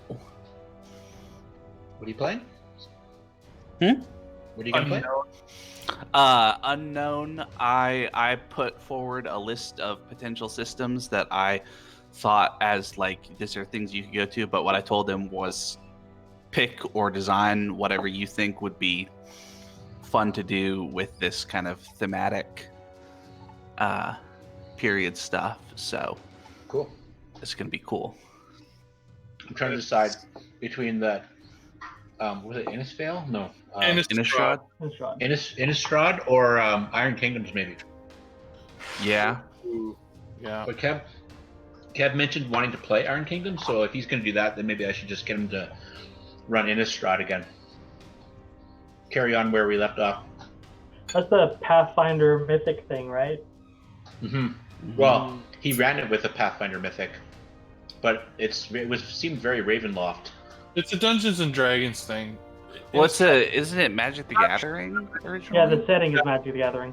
Right, Yeah. which will be published by Wizards of the Coast. Yeah, so there's a 5e book for it. Yeah, and it came off as very like Dracula, Gothic, Ravenlofty kind of thing. Yep. But it was cool. A lot of That's fun. Innistrad Yeah. for you. It was one of the first settings they did, or first sets they ever did that was like top-down design, where they wanted to do a horror setting and then based everything on like your usual tropes of werewolves and vampires, and that's some really weird mechanics. Like they introduced double-sided cards, which is pretty crazy. The werewolves in particular. Yeah, the werewolves were the double-sided cards. I played Magic the Gathering back in the day. Yeah. And then I got smart and realized I could save more money by not playing. It's not cheap. No. But if you want to be good at it. You still keep on top of the pro scene, don't you, Jeff? Yeah, I still watch it. It's the Magic World Championships this weekend, actually. Oh, no kidding. Yeah, in Hawaii. Ooh. Okay, let me see here. Yeah. I played the kind of like the computer game Magic the Gathering. Mm-hmm. So I don't have to spend money on cards. Okay. There you go. You play Arena or MTGO? I think it's MTGO. Oh yeah, that one's... Personally, I like it better. I'm not all about the hearthstoning of Magic. Oh, is that what the other one is? It's kind of a... Yeah, simplified? like... Well, pretty it up, and... It's more about, you know, animations and ease of play and all that over, like, the full rule set and... the full cards. I mean, I think the full rules are in Arena and everything. It's not that, but it's like the game does a lot for you. Let me put it that way. Ah. Okay. Yeah. Okay. I mostly like the lore behind Magic the Gathering. So. Yeah, I got a couple of the art books for it when I was prepping for the Innistrad campaign, and it's pretty cool.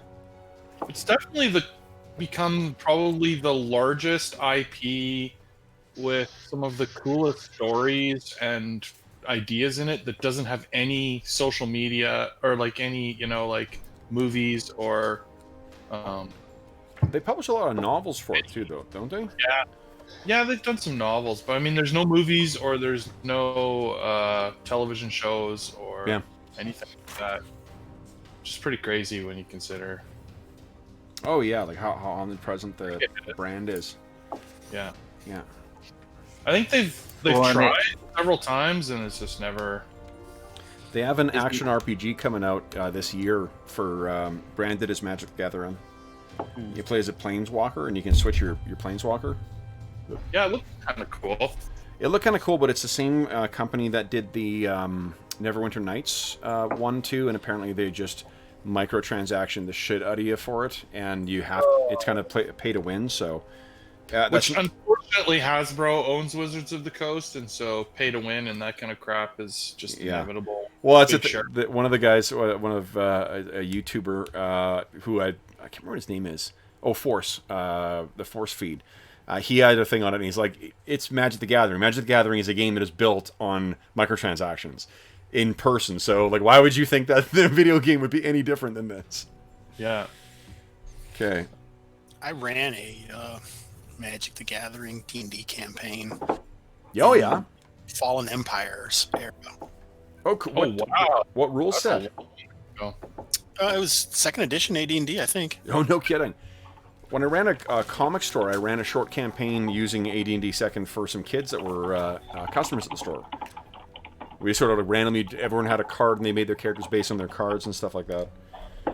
Yeah, I didn't randomly draw cards. People just like made the regular characters, but it was all about that setting with the zealots and the different stuff would happen. You know, they were like backdrops that was inspired by is really a better. Yeah. When you ran that or worked at that comic book store or whatever you did there, you spent half your time playing card games with me. Oh, yeah. It was an easy job. It was so funny. Yeah. And that one kid always wanted to play with us. I don't remember his name anymore. Chris, wasn't it? Might have been Chris. Oh, no. I know who you mean. The younger kid. Yeah, the younger kid. Yeah, he... Oh, God. Fong? Is that his name? Yeah, it could be Fong. Something like that. So long He ago, was such a shit. Terrible loser. Yeah. Yeah. And just like always wanted to play whatever. Yeah. All right. So, guys, where we find ourselves is going into Harlington. So, the old guy, his name is Otto. So you have about maybe about 2 hours of walk. Well, about an hour of walking, we'll say, till you reach Harlington.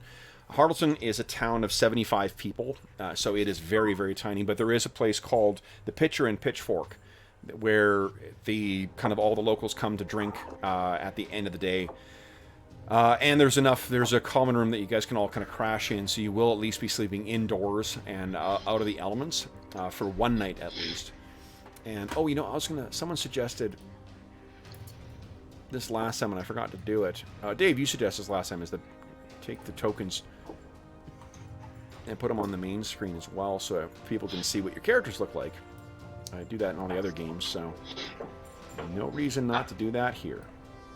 I said that? Oh, sounds really smart. I don't know if it was me. It was, yeah.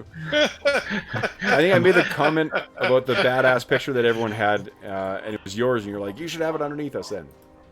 Oh. Okay, so let's see here. Sorry for being so bossy. No, not at all.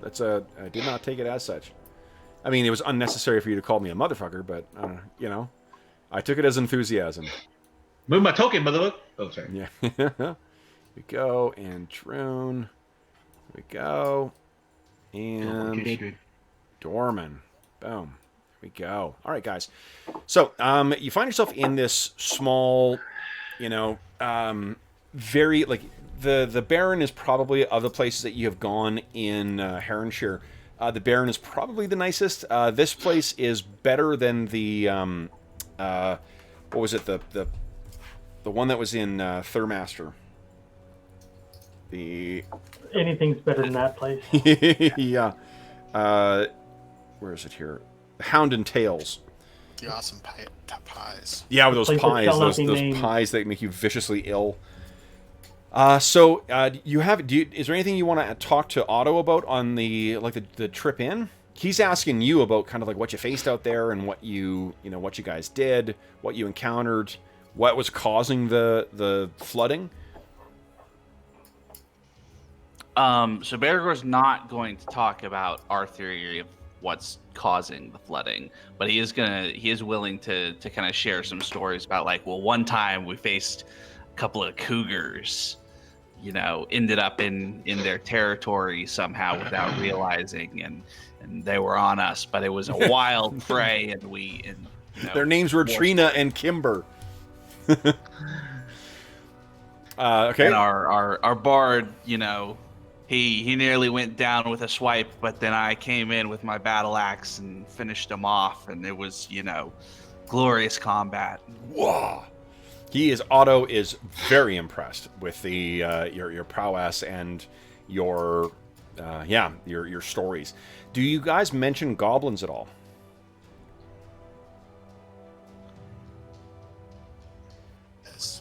I don't mention goblins. I don't think so, just because we hadn't heard anything about goblins being here, Okay. and we don't want to spread alarm. Sure. Yeah.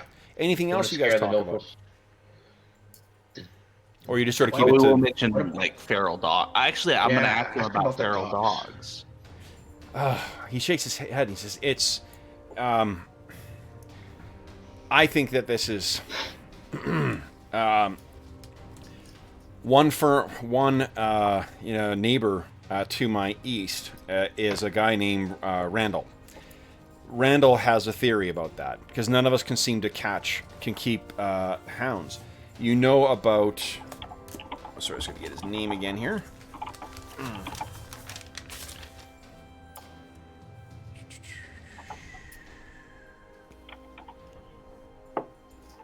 Nafter. You know about Nafter, the guy who breeds those dogs up in Milbourne? Mm-hmm. We do know. Great Druin things. pats Stormin on the back. Every time one of us buys one of those things, it doesn't stick around. It's gone. They seem to go running off, and this is the farms all the way along the north and into what was, north the farms that remain north of the New Mire, especially if you're close to the hills. I'm sure that what Nafter does, Randall says he trains them to run back. You buy the dogs, they go running back to him as soon as you bring them home, and you get charged for your same dog afterwards. I don't know about that. I don't know what's going off, but none of us can seem to keep dogs around here. Me either. I mean, mine stayed put, but he got eaten by something in the mire. That ain't the problem we're having. They just run off. But yeah, we hear them. We hear them howling away in those hills. Come back? No. Anybody get savaged by a dog? Yeah, we know that there's packs of them up there. Last a little while, 2 years. Those dogs have been getting... Yeah. We used to keep them. We love having them around. It's good for some of the other things that come crawling out of there. Or at least giving you warning. If something like a cougar. Or like a spider. Something like that. They coming around. Good to have a hound there to give you a warning. But nowadays, you might as well be throwing your coin off into the hills, because that's where they're going to end up. You hear me? Okay. And then I remembered I want to ask him about strange-looking birds. Yeah. We've been seeing something. Real weird-looking, queer things flying around down to the south. I've heard tell that some folks have seen jackal men down there too. Jackalman. Yep. Dolls. I don't know if they've got some kind of buzzards. Or what? That was where? Down in the south of the Patchwork Hills.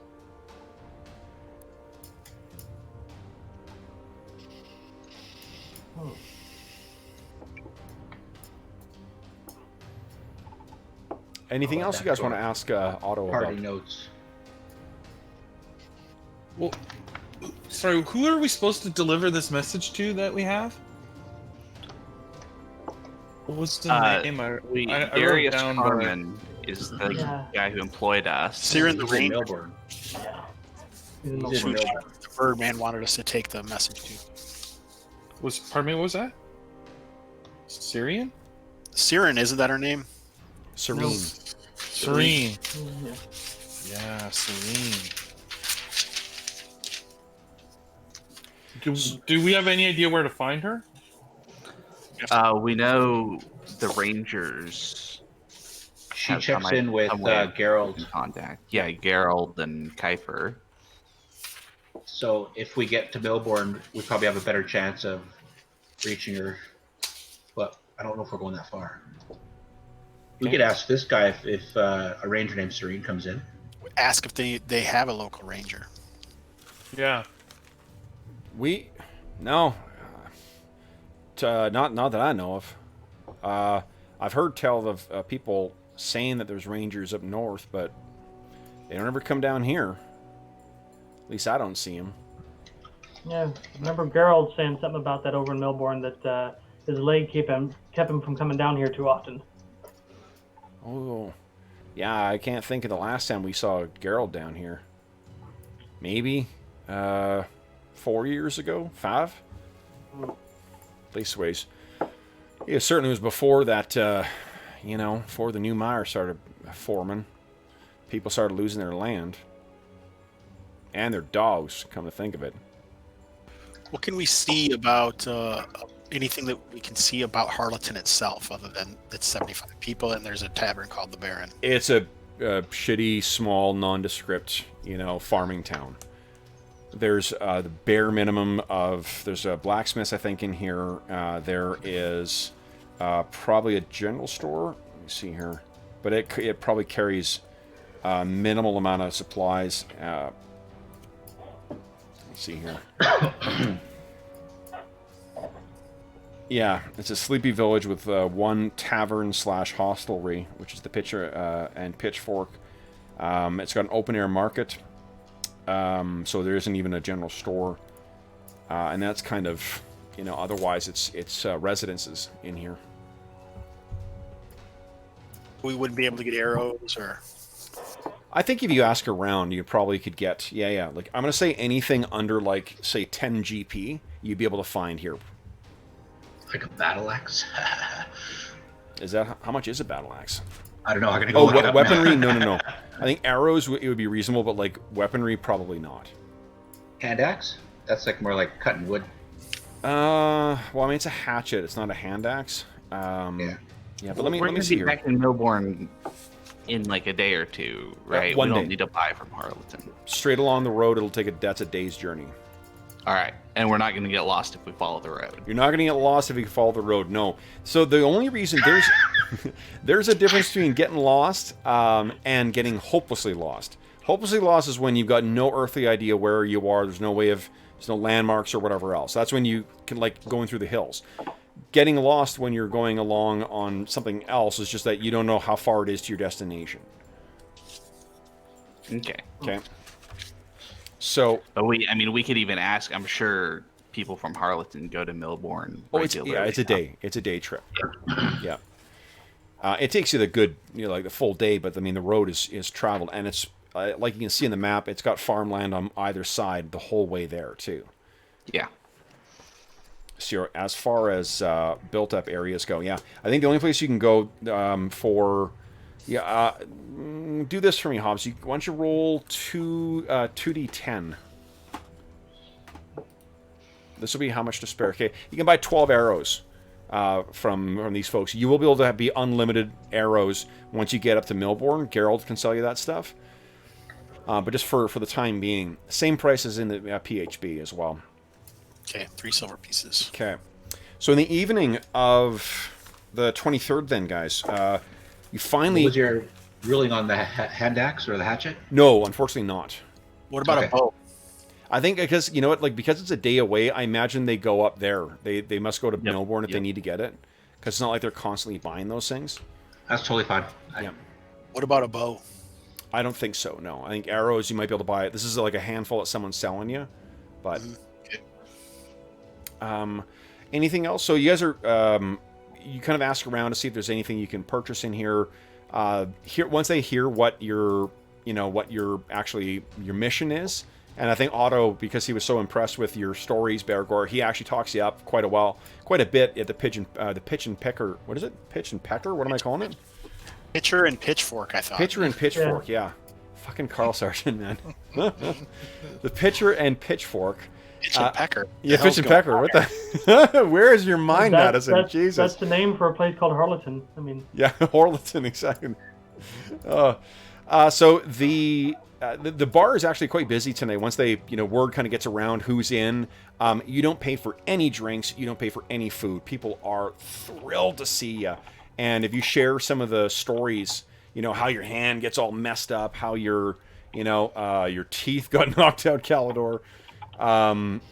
What are everyone else's injuries right now? Your lame knee, your Well, and we can have so lame knee, Dorman, scar. Druin doesn't have any injuries yet, so Wow. He's and a we tough can have Hrilaho do like a performance or something. I'm Sure, yeah. he'd be down to do that. Yeah, Or yeah. we can do a little cantrip magic to keep people entertained while the song's going on. I think that Calidor, you I think Rilgo likely is trying to kind of cheer you up as well too, because he's seen Yeah, the sort of the probably. shit mood that you've been in, and anything else happen in the evening, guys? I mean, there's gonna be the Fang Dragon attack, but apart from the Fang Dragon attack, anything else? No. Okay. At some point, Elanion would remove himself from this and, somewhere in the woods or in the hills around in the terrace, consider what's happened. Okay. He's not a partier or a storyteller. Yeah. Okay. So, how are you proper outside of town then, or are you just trying to find? No, I don't want to go up into the dogs or anything like that. Just find something nearby. Like a quiet place. Yeah, sure. There's like, there's a barn inside town that doesn't have, that's probably got like storage, some early harvest that's already filled up. You can kind of find a place to lean up against there, and at least you've got the, the open sky above you for the evening. The rest of you guys, you just taking advantage of the free beverages here, or what? Dorman needs some downtime. Yeah. See if there's any. Basically, yeah. All right. They're giving us free drinks. It's See if there's any something rumors that, here too. Rumors. Take some gossip back to Milbourne. Yeah. I mean, this is a tiny town, so I'm not sure the rumors are going to be terribly juicy in here, but we'll see. Can I do like a search check on my beard to see if I find any silver hair? Yeah, I think you have already, haven't you? I don't know. I'm like looking for new ones. So I've got 2 over here, but I've cast that spell several times now. I'm like, I don't see any more. Bergour, do you see any new silver hairs? I don't see any new. Vanity, thy name is Druin. So you're trying to, checking your beard. The evening is otherwise really what you hear is that the priest of Farlon that has gone missing. Apparently, that is something that these folks sort of are used to seeing near the beginning of the year. Part of that what this guy does is goes around and ministers to the lay folk and whatnot, and to be honest, kind of takes advantage of the free hospitality that they're offer. He'll also offer some, magical blessings and whatnot as thanks for it.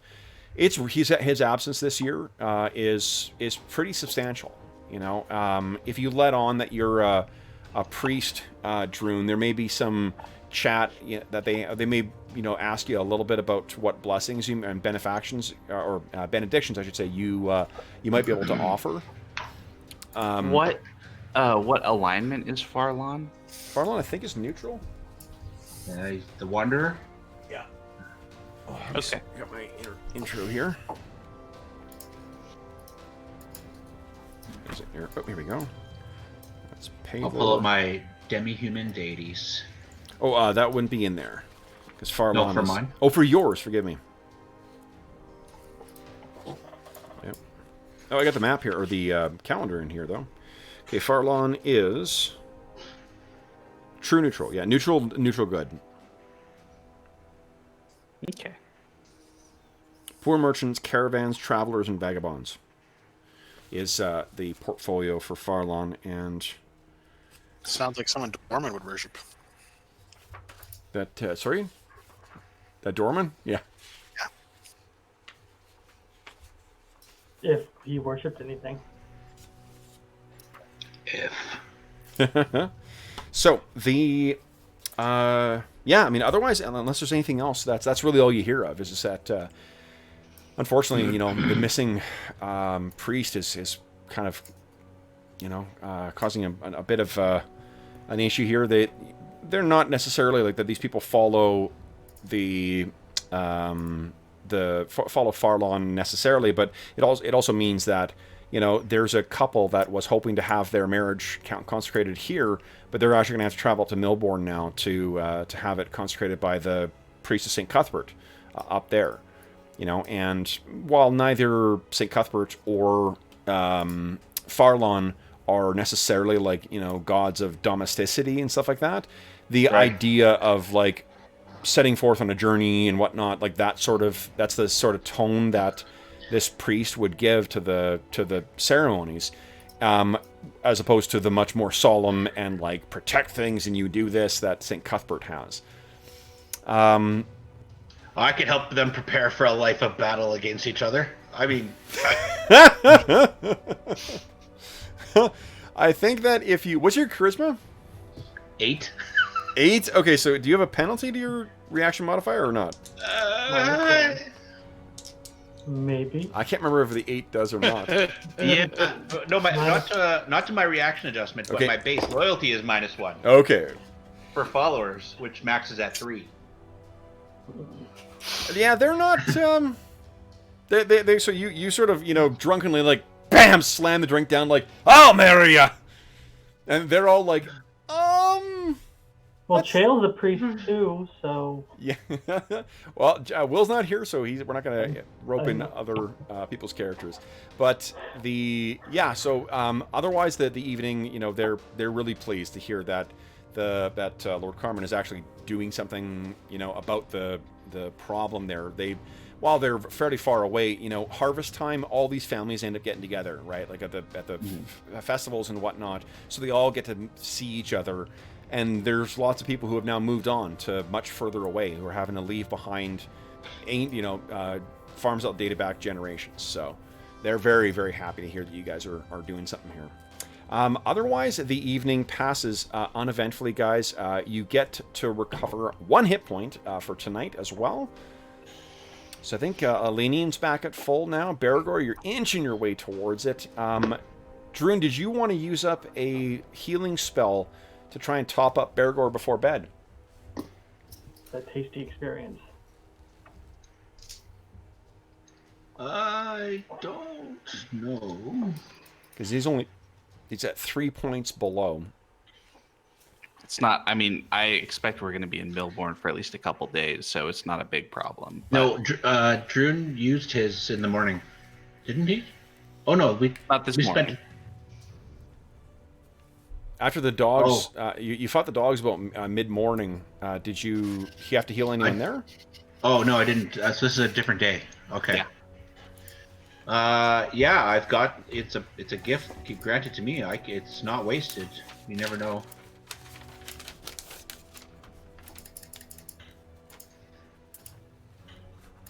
Druin grabs onto his holy symbol with one hand and gives Bergour a bit of a grin. He's like, "Yeah, you know what's coming, don't you?" Yep.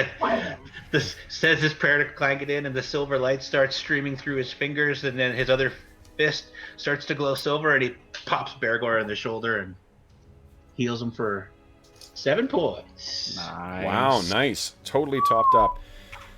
So everyone is feeling hale and hearty to set out towards Milbourne. So, morning. Anything happen before you guys? You'll enjoy your breakfast at the Pitcher and Pitchfork. Anything you want to do before you head out of, or you say goodbye to Harlington? I think the owner, whose name is... I wrote that down. Where did I put it? His name is Jacob. So Jacob sees you guys off with a full breakfast, and he definitely gives you lunch as well too. So you got a little something to tide you over. Now, one thing that they would be asking is what the plan is. Like, would you guys have any, or what would you have said in response to their questions as to what your plan was for dealing with the problem? We don't know. Well, we haven't told them like what the specific problem is, right? Right. We haven't. Yeah. So I think what we're gonna say is, right now the plan is to report back to Lord Carmen, get him the information that he needs so that he can continue to deal with us. We expect to be back in, not sure exactly how long it's going to take because we've got some resupplying to do, how it is after an adventure, but they laugh and like Otto kind of says, "Hey, I don't know." Yeah. But He has no idea, but yeah, but no, he's certainly happy to. I'm basically trying to be like professional without giving them a straight answer beyond we're going back to Lord Carmen to. Yeah. This is above your pay grade, buddy. Yeah. Nice. They're just fucking peasants. Who cares what they think? All right. So then, let me see what happens during the trip home. Let's see here. Oh, mama. Oh, mama. Love it. Ancient Red Dragon. All right, here we go. Yeah. Fang Dragon, baby. Love me that Fang Dragon. The illustration by Sam Wood in the Monsters of Faerun book that came out for 3rd edition is still one of my absolute favorite illustrations of dragons ever. That's where they had the it's not the first time the Fang Dragon was introduced, but it's my absolute favorite, and they've reused that in a bunch of ones since then. It's so cool looking. Which is why I'm going to have one attack you guys. I mean, I'm going to roll randomly to see what the encounter is along the road here. Does Expeditious Retreat exist in 2nd edition? I don't think so. Okay. What is a Fang Dragon? Do a Google search for Fang Dragon D&D. You'll see Yeah. it's fucking awesome. Google Fang Dragon. D&D.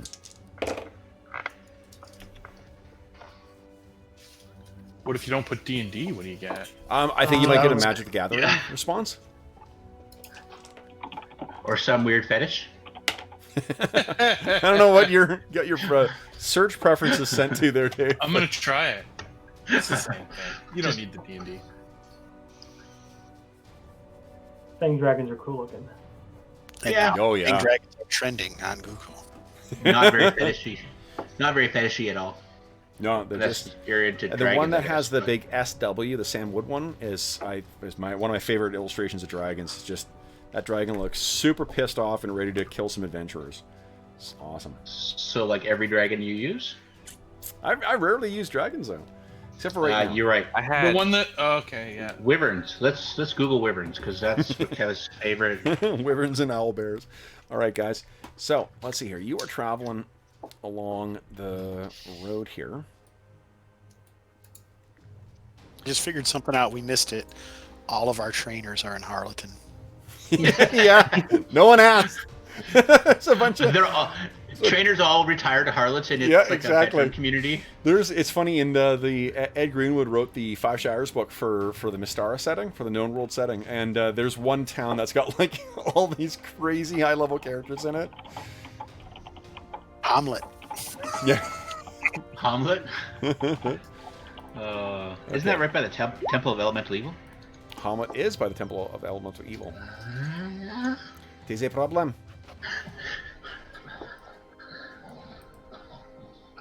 Alright, guys. So, we're on the road again. On the road. Total aside, I fucking hate Pinterest, by the way. Yeah, me too. All right, yeah, Pinterest bashing on Kev's channel. Here we go. That's Okay. right. I don't care. They can write me a letter. Yeah, I'm not a... Oh yeah, always trying to end up on Pinterest when you're searching a Google thing. Can't save the damn image. it's Yeah. Well, you can't look at it. You can't do anything. It's like I know. log into your Facebook account to look at this picture. It's like kiss my arse. yeah. Jeff, if they send you a letter, I know a lawyer that you could probably. And it's talk to. always like it's always just somebody's grabbed it from somewhere else on the internet and put Yeah. it on their Pinterest page. So it's like so steely. It's so Yeah. copyright infringement. It's just garbage. Let's see here. Who hasn't rolled? John, give me a D10 roll, please. Yay. Smuggler's good at smuggling. Nice. Okay. So then.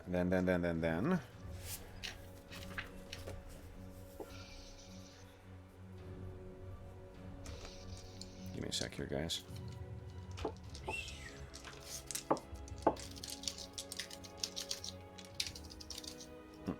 Oh, incidentally, I was checking something because I was looking at Castles and Crusades this week. Someone had recommended taking a look at the game again, and I was looking in that game. the gnome bonus is actually only versus melee attacks. So I was like, oh, fuck, am I doing the gnome bonus wrong? And it's not. It's you get the bonus against all attacks. 10, 15, 20... Oh, nice. 28. Okay, wow. I think it's Samwood, isn't it? Okay. Yeah, that's why I was asking. Thanks, John. I couldn't remember what you said. Oh, sorry, yeah. Obvious is obvious, right? It's Well, for I knew it Samwise. was. I meant what is the person's name? I know. Yeah. Samwise. What's the initials? Oh, God. I had, last week, I went into this, like, little coffee shop near us, and I was buying some stuff for, to take home. And then I was like, bought everything, and I saw this muffin on the side there, and I'm like, what is that? And the girl looks at me, looks at the muffin, and then, like, without a hint of irony at all, goes, "It's a muffin." And I'm like, no, Here's your sign. what kind of muffin is it?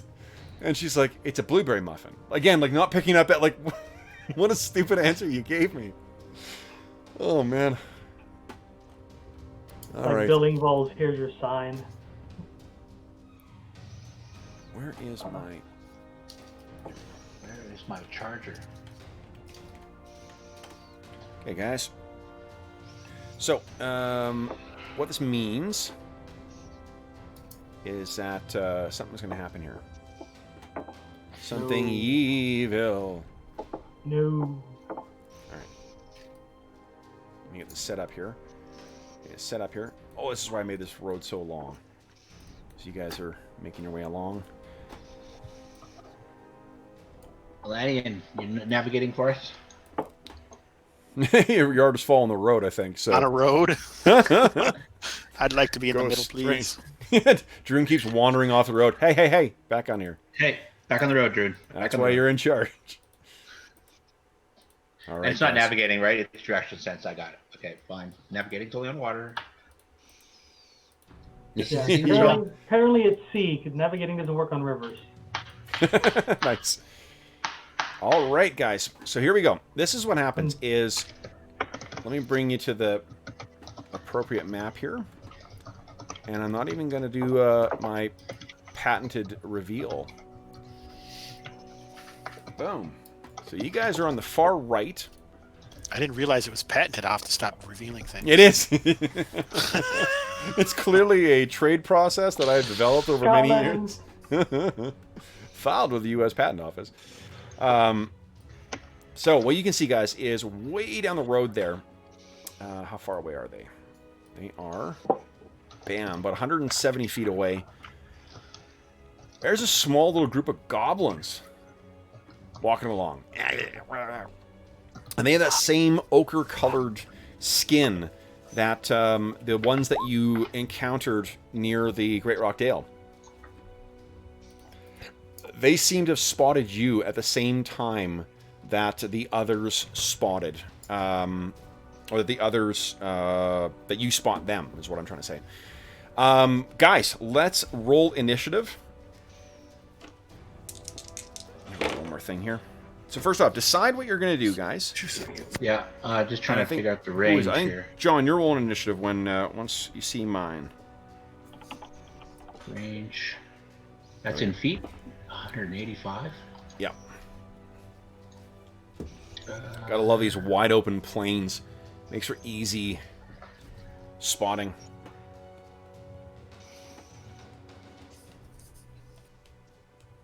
No, I tend to kill these things. Okay. So Has everyone decided what they're doing?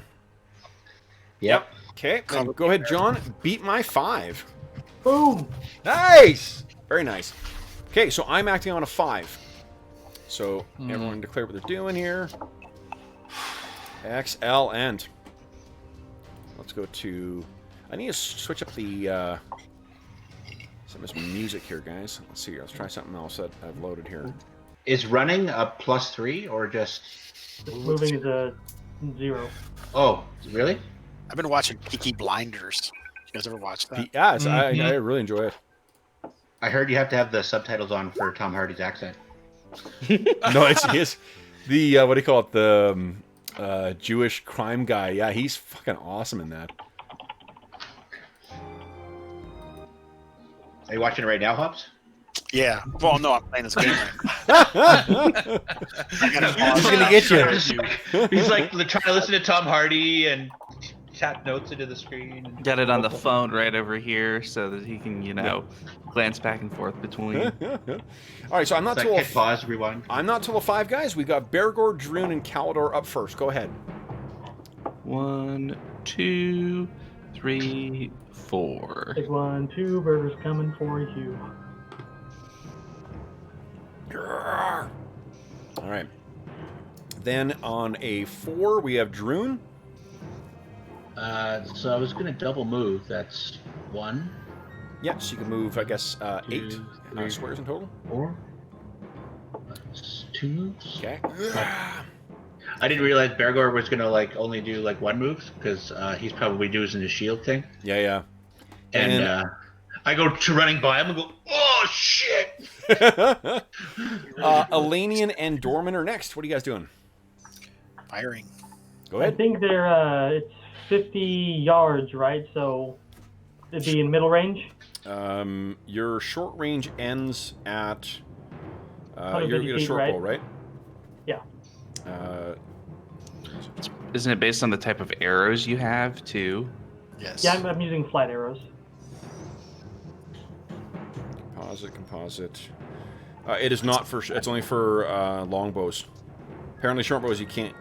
Yeah, short bows only got 1 set range. So at 50 yards, it's at 150 feet, you get into medium range, which is -2. Okay, so I'll be at a -1 since Goblin. Okay. Go ahead and make your attack, and then Elanion. Awesome, Druid. Way to go. Run into Do short you range. have a composite longbow or a longbow? I just have a longbow now. Longbow now. 50 feet is the short range as well, too, so you'll be at -2 as well. No, Okay. I have light arrows though, so it's 7.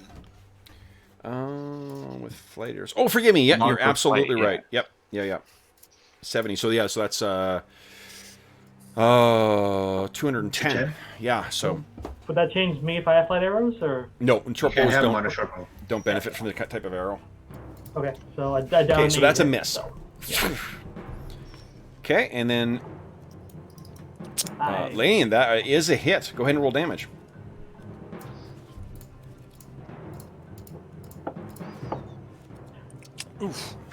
Ooh, Whoa, shit. Yeah, I'm not even rolling hit points. So what do we see as this first arrow comes down, takes out a goblin? Elanion shouts out, "Tell him to bugger off, Dorman.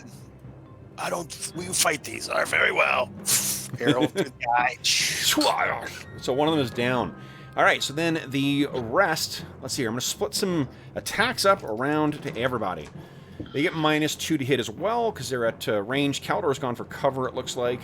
We got Bergour. Did you get your shield up against range attacks? I moved my full move, so I can't put my shield out. Okay. I gotta take up. Oh yeah, go right ahead. I'll do my attack against Elanion last. Druin, what is your AC currently? I don't have the spell up, so 4. 4. All right. So I need that to hit you. Neither of them hit. 2 arrows go flying over in your direction. They miss. Bergour, what is your current AC? It is a 1. 1. This is going to be a very hard shot for these guys. And I did not roll a nat 20. So 2 shots again. Well short as you're charging in. And then I've got 1 more who can attack. It's going to attack Elanion. I think Elanion's got an AC of 6 right now. That's a miss as well. You're right. Okay.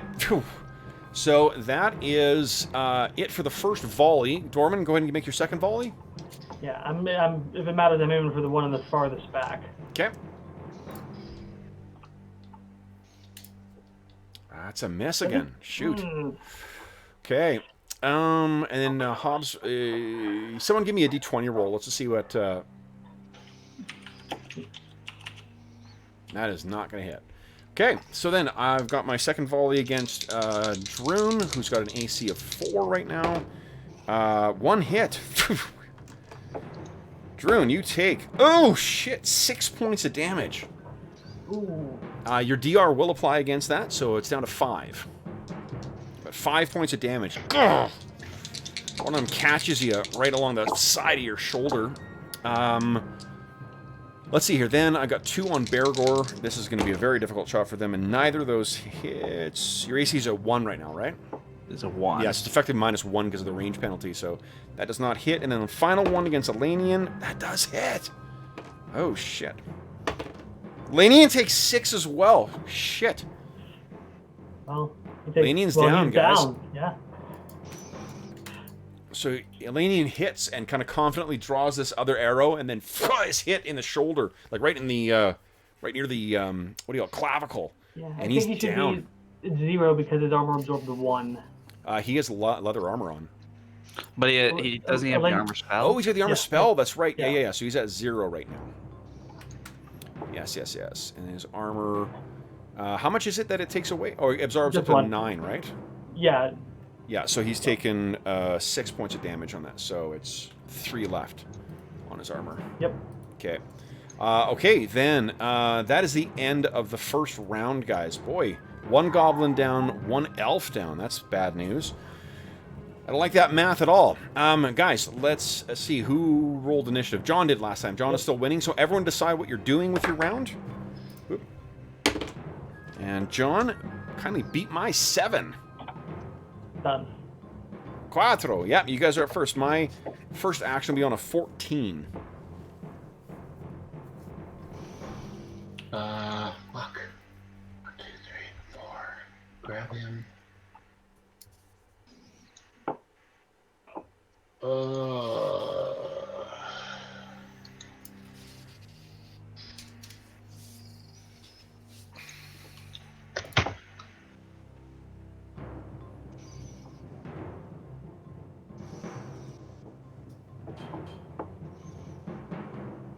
Okay.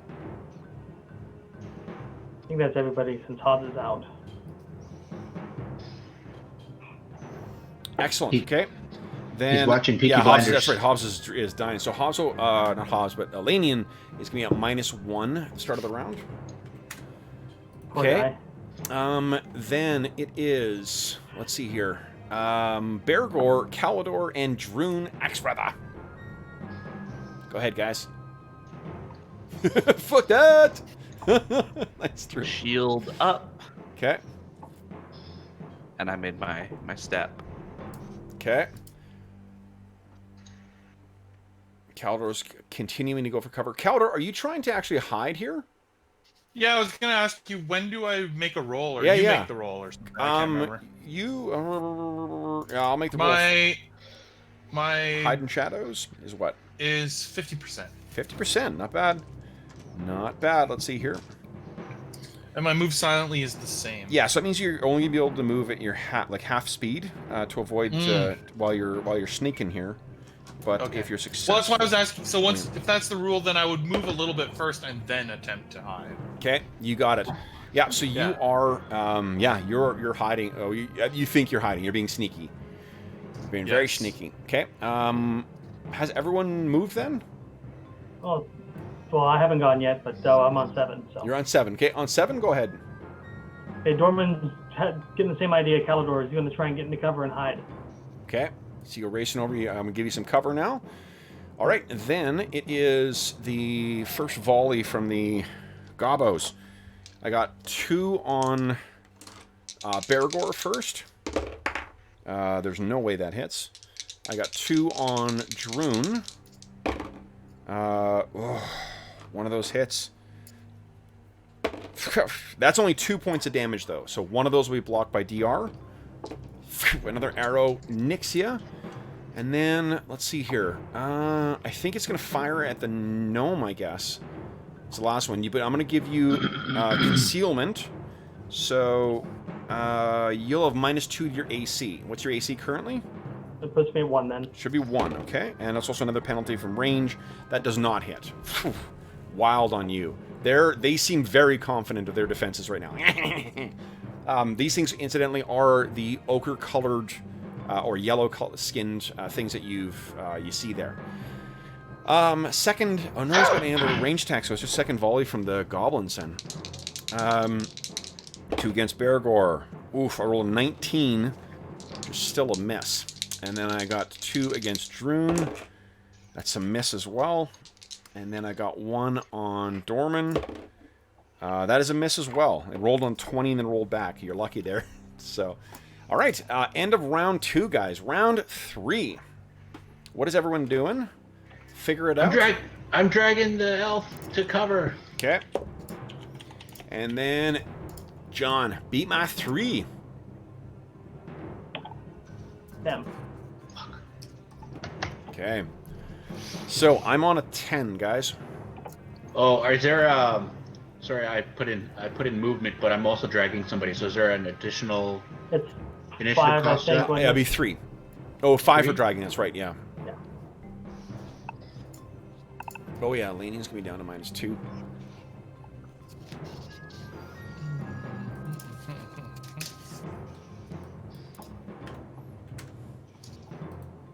Okay. All right, so I'm not up until a 10, so we got Druin, Bergour, Dorman, and Calidor first.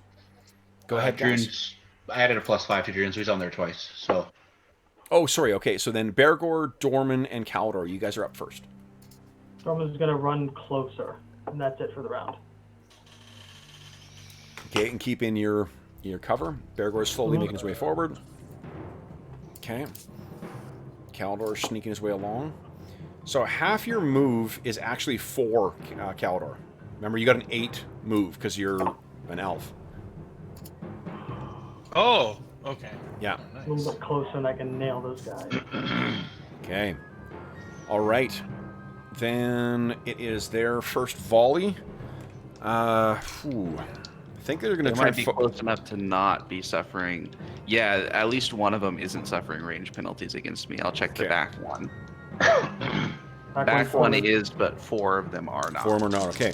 So I'm making, actually, those 4 are going to shoot you, Bergour. They're more interested in the big, scary dwarf coming towards them. Not a single hit. All those arrows are coming in, you know, either missing or bouncing off of your shield or your armor. And the final one will go against, I think, Dorman. They don't like gnomes. That is a miss. Okay. Mutual. First, That was 10? there's no second volley from you guys, so Hobbs, they broke your character. Son of a gun. Man of a gun. So on 11, before the second volley, Yeah. Druin drags Elanion into the Into the cover? bushes. Yeah. You can Got put it. him here, maybe. Sure. Boom. Okay.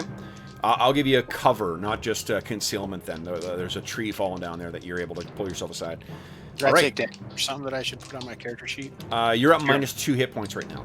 Oh my gosh. I know. So you got hit by a goblin arrow. Okay, so then the second volley against, Bergour. Let's see here. None of them hit. And then there's a single one against Dorman. Fucking... Nat 20. So... Let's see here. Bring it on. 3 points of damage. And like, how many 6s can you roll tonight? Yeah, really. That sucked. Okay. Yeah, Druin got hit with a 6 point of damage, and Lane, you got hit with a 6 point short bow as well.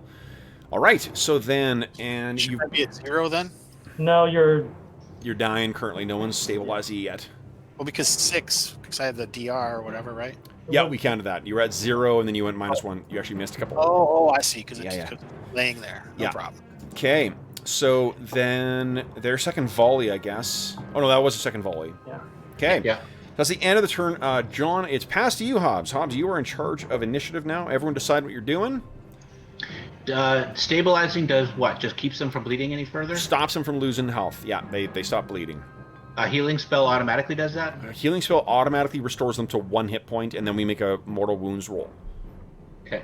Okay. Hobbs, beat my 9. Yeah. So I'm on a 16. 5 plus... It's 5 for healing? Casting time.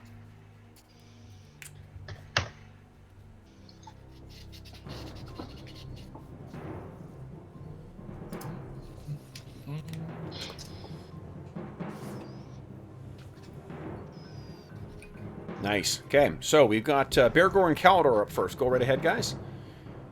Then Druin, you can go afterwards, and then Dorman, because actually you're all acting before the goblins. Caldor's making his way along here. Good, good. Bergour slowly making his way forward. Druin, you making your attack? Druin is praying to Clangadin to heal his elven friend. Nice. For 3 point. Well, gets him to +1. Okay. Well, you remember it restores you to 1 automatically now. Yeah. Hobbs, give us a +1. D20 and a D6 roll, please. Remember, we have full 5 Astonishing Fortune Yep. if you need it. Okay, 12. So let's see here. 12 plus 5 is 17. What's your Constitution score? No bonus. No. So wait, it's different from what's your score? Let me find it. Oh, 16. I do have a bonus. 16. Okay, nice. So that's 19. Your healing. Your hit points were -1. Nope. Your hit points were not. There's no modifier from where your hit points were at. Plus you're at the max 20. So and you rolled a 6. You feeling woozy? You see, basically, like, what do you think the elven equivalent of Valkyries are? What would that be? Yeah, I have no idea. Like the what do you call it? It's a because I mean, elves don't really you don't see the passage of time on them too. So maybe it's like a ethereal kind of spirit form of one of your ancestors. You see, and they actually say something. Actually, here's what happens: is they say something to you, or something says something to you, and it's dressed in the same style, like the same design, same accoutrements that the elementalists of your tribe wear. But the thing is, this one looks like if you took the sensibilities of your tribe and then incorporated them into what other elves dress like, with the silks and the whatever else. So it's really something you've never seen before. And what the elf says something to you, but as soon as you wake up, you cannot remember what it was, but you will never forget what that spirit looked like, ever. Because it was such a dramatically different thing. You awaken up with no complications. You have 1 hit point, and you are good to go. All right, then Druin, were you going to shoot? Oh, no, Druin, I'm sorry, Dorman? Yeah, I had a question. You said earlier the goblins could pop out of hiding, shoot, and step back. Nope, that's what you guys thought were happening, but that's not. Okay. Nope. Okay, all right. Well, Druin is going to step out 2 squares and shoot. Yeah. Okay. Druin? Yeah, because I mean, Druin just healed. Not Druin, Dorman. So I'm going to shoot this guy right in the so face. you're not getting no concealment then. Go right No ahead. concealment. You can stay in there and fire from where you were. Yeah, but I want to kill goblins. Yeah, and he's firing through a lot of concealment there, so. Okay. AC4, that will hit. Go ahead and roll damage. Eat shit, goblins. Nice. Whoa! That is a big hit on. He steps out, Charles is like, "Die, bastards!" Okay, and this one sees you. He turns the short bow towards you, and then he's hit solid in the chest, collapses down, dead. No guts, no glory. All right, then next up is our Gobbo friends here. So we got 3 on Bergour, and then I'm gonna do 1 on Dorman. So Bergour, once again, nat 20. Well, it's bound to happen, I suppose. Yeah. Six. I mean, 5% chance over what, like 15. A lot of shots. Yeah. Yeah. 6 damage. Jeez. So your damage. DR will apply against that. And then 1 on Dorman. What's your current AC? 3. 3. Okay.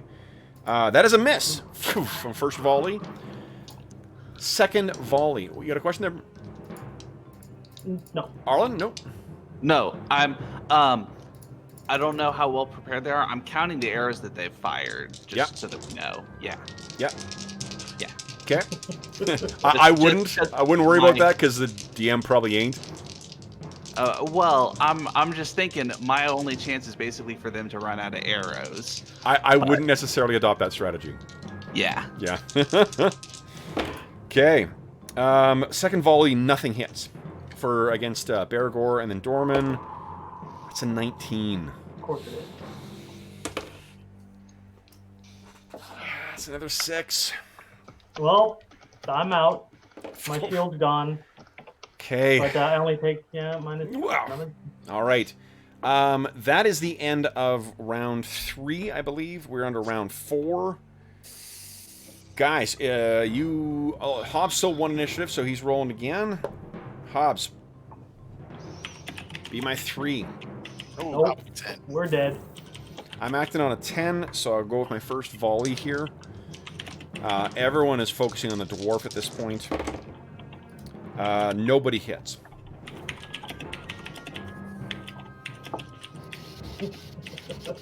Okay.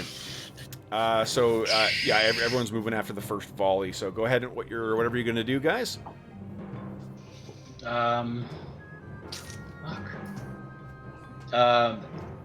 I look down and Elanion's at 1 hit point, and I'm like, "Okay, you're breathing again."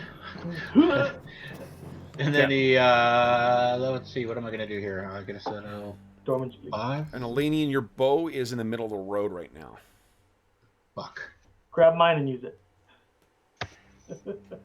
Okay, Druin's at 15. Oh wait, you Bergour, can't. what are you doing? I went ahead and moved. I'm at 10. Did you? Okay, perfect. Okay. You can't. Can you move and cast like you can move and attack? You can move half your move and then cast. Yes. So 1, 2. 1, 2, 3. No. Okay, then I will not move and cast. Because this is cover, right? Or this is like It's an concealment. object. You can move through it. It's just difficult terrain, so it counts So double. that would be like 5, 10. Okay, I can move and cast. Sure. I'll keep my number at Okay. what it is. You go ahead. They acted before you, so they made their first shot. You go ahead and make your move. 5, 10. Yeah. Cast heal. Okay. You'll cure light. Me, Nice. 1. So well, again, he's at 1, and you went down you're healed almost immediately, right? Yep. What was your penalty? My penalty? Well, you were down to negative hit points, right? I had just got down to 0 at the end of the last round. Didn't you had No, 3 hit you were at points. You took 3, 6 but damage. You're at right? -3, man. Oh, I thought it was for put me at 0. Okay, Minus no, 1. You're right. What is? So I took 6. -2 1 because is you 5. you Minus still 2. have armor, right? Yeah. Yeah, so you're at -2. Minus 2. Okay, and then went to 1. Yeah. All right. Okay, that's okay. Okay, so give us a D20 roll and a D6 roll there, John. And what's your con again? My con is 15. 15. Great. So +1 from that. It's 9. 14. 15, 16, 17. Oh boy. 15. All right. So currently, you are 15. Hey. Your heart and lungs are damaged. So it's broken? The next one up is you suffer gruesome scarring. It's I'll impossible. take that one. Okay, so you recover with you're up with 1 point with 1 hit point right now, but it is impossible to impersonate another. +2 to intimidate others. -4 to all other reaction rolls. So we'll let you tell us what disfiguring injury this is, how this arrow caught you afterwards. But you're healed that now. adds to my other gnarly scar, so... Jeez. I'm like, is my healing not working? Like, what the hell? Arrow in the face, yeah, totally. Crippled hands and- That knee's looking pretty good now, eh, Hobbs? Okay, so then it is everyone's moved, right? Everyone's cast spells. So then we got, I guess, another volley on Bergour. No nat 20s. Everyone's good. Okay. So I had movement, actually. what's that? I didn't get to move. Oh, sorry. Yeah, go ahead. What are you doing? Well, I was gonna double move and dive in here to grab my bow. Yep, that sounds good. Boom. Okay. Then we are at the end of the round. Hobbs is still in charge of initiative. No, I just lost. I rolled a 10. Didn't I roll? Oh, that's right. Okay, so then, guys, I am... Jeff, you are in charge of initiative. Jeffrey, would you kindly beat my 5? Please, Jeff. No problem. Whoa, tie. Called a tie. All right. Tie. So these things now are on a 12. Nice. Druin yells, "Take cover, Bergour!" Oh, did I not? I just rolled. I didn't put my thing in the thing. I guess it doesn't matter if you rolled a 20 Oh. and you're in cover, and Yeah. you rolled a 20 when Okay. you're Sorry, my behind your roll shield. is wrong. My roll is wrong. It should be an 8. Okay, so Elanion, Bergour, Druin, and Calidor. You guys all go? Okay. Are you moving 4 per round there, Calidor? 2, 3, 4. Yeah, Yeah, okay. they were a heck of a long They were way pretty away. far away, Mr. yeah. Kev. Okay. Druin's taking some concealment there. Good, good. Bergour's inching forward a little bit more. Dorman, you're up now. Are you going to grab your bow, I guess? Well, but Yeah, determine I'm gonna the grab range. it and then tumble so I What? can like dodge incoming arrows if they're coming. Would Yeah, that but work? even if Bergour, get behind a tree. Make them shoot at us through the trees. If that doesn't work, I'll die for cover. So. Well, the thing is, your action is to grab the bow, and then I think your movement is to get up, isn't it? Because you were prone. Could I roll into the bush? Yeah, As a that's move? fine. Yep. Wait, hold on. What's half your movement? My Half your movement is 2 20. squares, right? Yeah, no, you're good then. Yeah. Because it's difficult terrain. Okay, so you're grab your bow and go scrambling underneath the bush. Druin's trying to make the long way around. All right, so Gobbo's first volley against Bergour. Because he's just waiting there. I got a nat 20. Let's see. Stop. I'm going to stop rolling this green dice because I keep rolling 6s on it. We'll go with white dice here. Come on. I rolled a 4. All right. So 3 I'm points of damage. still up. Nice. Another one skitters off it, maybe like grazes your thigh. All right. Return fire! Okay, and no one has any second attack here, right? No, because we're all just recovering. Yeah. So second volley on Bergour. Bergour's looking a little rocky. No nat 20s. We're good. All right. End of that round, guys. Next round, Jeff tied me in initiative. Decide what you're doing, and Jeffrey beat my 10. Don't tie it.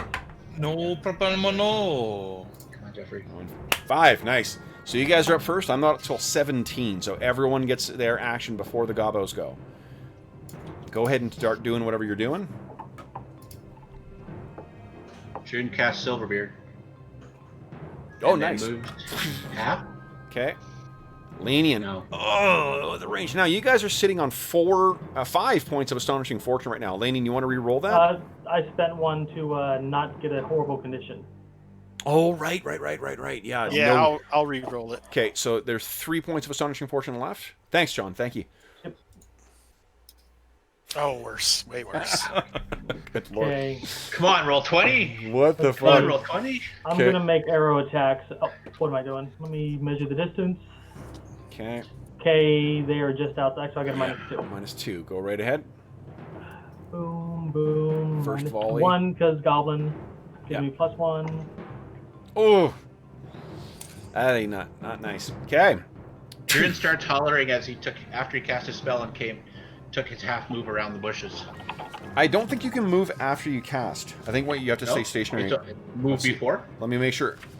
That's the way it is in Ash. Let me make sure I didn't. What did I say in house rules? Here? Change that in house rules. I was trying to see here. Go get him, Calidor. Don't take an arrow to the knee. Or anywhere else. Let's see here.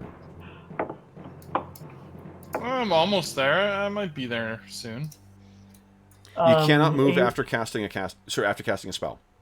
Okay, so You can move half your move before you cast it, but you can't do it once it's off. Okay.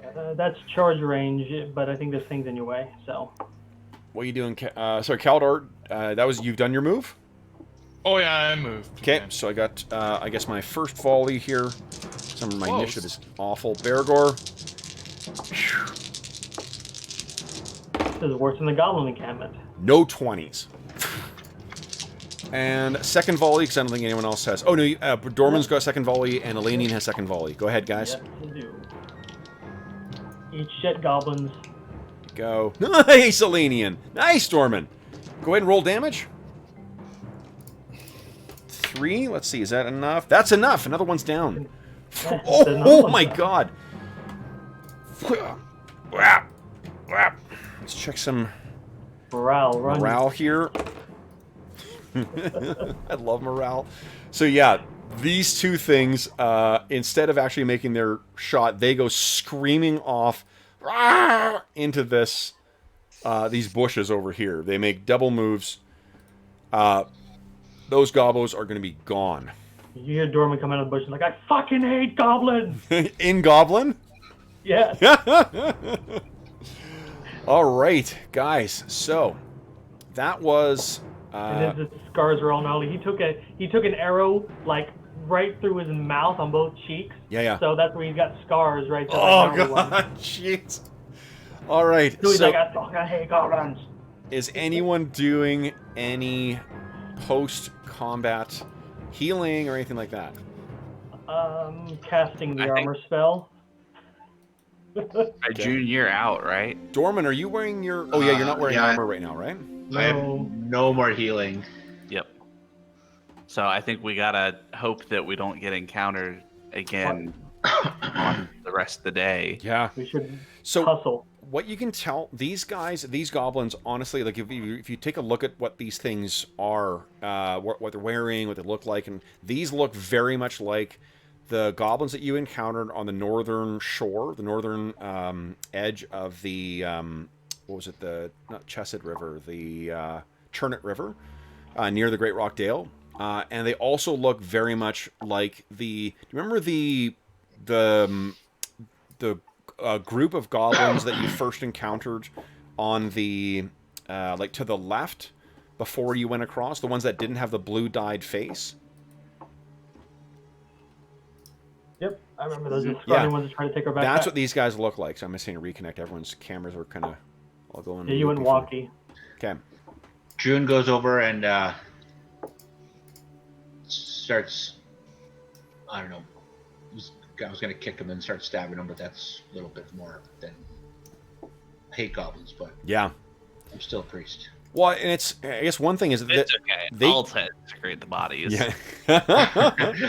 So these things definitely seem to be coming from the north. Like they were coming in the same direction that they were, or the opposite direction from where you guys were going. They're all my arrows back. Nice. You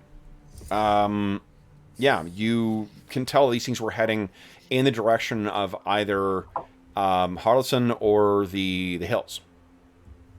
The fuck? That would they would have to, well, probably circled around town, but we need to get to Milbourne soon. Yep. All right, guys, form up. Keep your eyes open. Yeah, along the way, Dorman's like telling Bergour, we should like stop having you be the arrow catcher. It's If not you want to working be out the well air catcher, you're welcome to do that. But He did do, like, it was a crazy amount of arrows that hit him that did not do any damage. It sucks that he took a couple of hits there, but the amount of misses versus the amount of hits was pretty substantial. Dorman has mad respect for Bergour. Okay. June pats him on the shoulder and says, "I got you in the morning." yep. All right, so let's see here. I'll even forego Silverbeard for an extra healing spell for a day. I don't think you need to do that. Well, no, we're not going anywhere tomorrow. Like, unless the fucking town gets attacked while we're in bed. And if it does, I'm going downriver if that Hold on. happens. Are you saying that'd be a bad thing? Okay. I'll just sleep through it. First ship out of here. Okay. The rest of the trip, guys, is uneventful, and I don't think you've been quite as pleased to see that broken old bridge, or half-built bridge, as you come walking up towards the ford to cross into Milbourne. Oop, those are goblins. So is Milbourne on the north side? It's on the north shore, yeah. Yep. Yeah. Yeah, we have to walk through the water Okay, let me grab your... until they finish this freaking bridge. Where to put your thing? Well, I think you guys did learn what the story was behind that bridge at some point. Do you guys remember? We asked about it, but I don't remember, and I didn't write it down. Oh, so. some idiot merchant thought it would be a good idea to build a bridge across here, not realizing there's a ford like 300 feet down or whatever downstream. So it was building a bridge that, and once he got it halfway done, and people just were like, "Well, we'll never use this," he just gave up building it. Okay. They didn't tell him before he built half the bridge? Like, what the hell? There was no. He was certain that building a toll bridge across the Churnet River, this is the way to riches. Then he went broke building a bridge. Okay. Sounds about right. Then, guys, as you come walking into town, you guys have been here quite a few times before. What's going to happen next? What's your first protocol? We need to go to Lord Carmen's place. Yes. And it seems like he would get mad if we came back to town and lazed around for a while and then came to him. So it seems like we should go to him first. This is precisely 2 weeks since you set out as well, too. This is the 24th of flock time. Yeah. We're nothing if not punctual. And you guys are limping, crippled, scarred, and we're all freaking bloodied and wounded and stuff. So if he wants to show that he's getting good value for his money, like, this is the time. Yeah. All right. So are you heading directly to the mansion? Yeah. Yes. Dirty, bloodied, and not so happy. Okay. So you guys knock on the door, and one of his servants answers the door. He kind of looks over, and he's first taken aback at the state of all of you. Particularly, Dorman's got this fresh, gruesome injury in his face. Bergour's pretty banged up. Elanion's got a nasty, bandage that's full of blood on his leather tunic. Caldor's right as rain. Caldor's like, I don't know what you guys. How cool would it be if the scar on Dorman's cheek it doesn't heal, like it's visible, like his teeth are visible through it? That doesn't heal that way. That would be perfect. That would make it hard to eat anything. Oh yeah, but how do you swallow? You gotta put your hand on your cheek to get enough suction to drink your water down. That'd be one way of being an early scar. Give him -4 to all reactions. It would explain his really hideous. I think like a what do they call it? A Glasgow smile, Joker scars. Yeah, but maybe. Yeah, I was thinking maybe the arrow was barbed. When it ripped its way through, it just tore a chunk of his cheek out. Yeah. All right. Gross. Gross. Definitely gross. All right. So cool. So you guys come in, and you knock on the door. The this is about 4 o'clock in the afternoon at this point. And the servant who answers the door is a bit taken aback and kind of looks at you all and says, "Yes? Are you expected?" We are. 2 weeks out, 2 weeks back. He looks... So you are. 4 weeks, but sure. Please, and he kind of looks over at all of you. 2 weeks out and back, yeah. If you would wait here for just a moment. And he... kind of keeps an eye on everything, and his eyes definitely hang on Dorman, who's kind of like... Scarred for life. Yeah, and close the door. It's closed for about maybe 5 minutes, and then the door opens, and he says, "Please," and he leads you through to that same study that you guys were in before. Only this time, instead of being shown in and then waiting for Carmen to show up, remember, this is what Darius Carmen looks like. He's waiting for you in there, and as you all walk in, he's kind of and sees you, Dorman, and he says, "You boys have seen some action." And he looks at and he says, "Drinks," to the servant. The servant gets drinks for everyone. He says, "You wasted no time, though you kept it right to the date." And he kind of gestures down at his journal or whatever book is open before him. He puts the feather down that he's been writing with. It says, "It appears that you would have quite a story for me then. So, what did you find then?" Bergour. All right, so I'm gonna tell him in excruciating detail everything that happens to us, basically. Okay. So what would that include? Oh, so I'm gonna go through. So the first day we went along the road and we went to the farms and then the second day we went along the farm some more, and then we were attacked by cougars and then I'm about halfway through when I'm gonna gauge his mood at that point, if he's appreciating the detail or if he is. Oh yeah, not. no. He's you can see he's grabbed the pen or the feather, and he's kind of fear. You can hear that he's one of those angry writers where you can hear the pen on the across the parchment. So he's taking notes. Yeah. You keep on going. Yeah. So then I'm telling him about our time, our kind of adventure in the mire for a little bit, and then our time through the Patchwork Hills, and he says he stops you and says when you tell him about the lampreys, he says, "Yeah, you definitely get refills. Yeah, you keep them coming as much as you want." Partly the servant is actually listening in on the story as well too. So then maybe Elanion kind of like taps him and points at the drink like, "Hey, buddy," fills it up again, and we're not done the story yet. Keep drinking. Yeah. So he stops you and says, "The creatures you encountered, you say lampreys." Mm-hmm. He begins writing it down, says nothing further about it. Carry on. So then I'm telling him about our time in the hills. I tell him we found this like bird man thing, and it had a what we think was a null arrow in its side.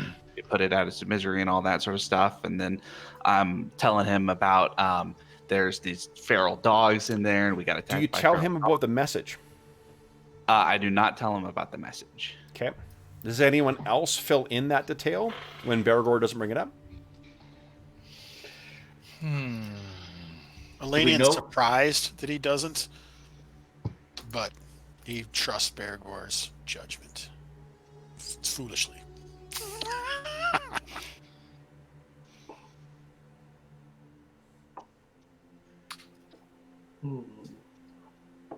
I don't think that Calidor would be adding anything to this conversation as far as details like that. And Druin decides to just keep his mouth shut. Okay. So Bergour, you mentioned about the fallen archer. That's a failure. That's a failure, not a success. Okay. 0 successes. Okay. So Do it. Maybe Druin opens his mouth to be like, he's about to say something when Bergour overlooks that detail, and then Bergour just shoots him a look. And you go back and begin enjoying your drink again. Bergour, carry on. What else do you tell him? All right, so I tell him about the feral dog that we encountered the first time, in particular, and then I tell him about the goblins that we ambushed the goblins, and we got one of them, and we found out that this goblin thinks that what he calls the Big Wet is caused by goblin magic users in an encampment that we have been calling Heathertop. He stops and he puts on the quill. He says, "But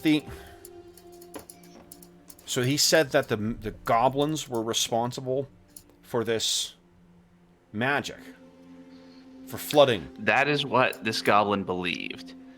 In our assault, and then I'm going to tell him about the assault, and I'm going to specifically say we know that there was at least one goblin casting magic on us the first assault, so we know there are goblin magic users, and there were a ton of goblins there, so they have a serious, force, and they have this weird blue skin thing that they do.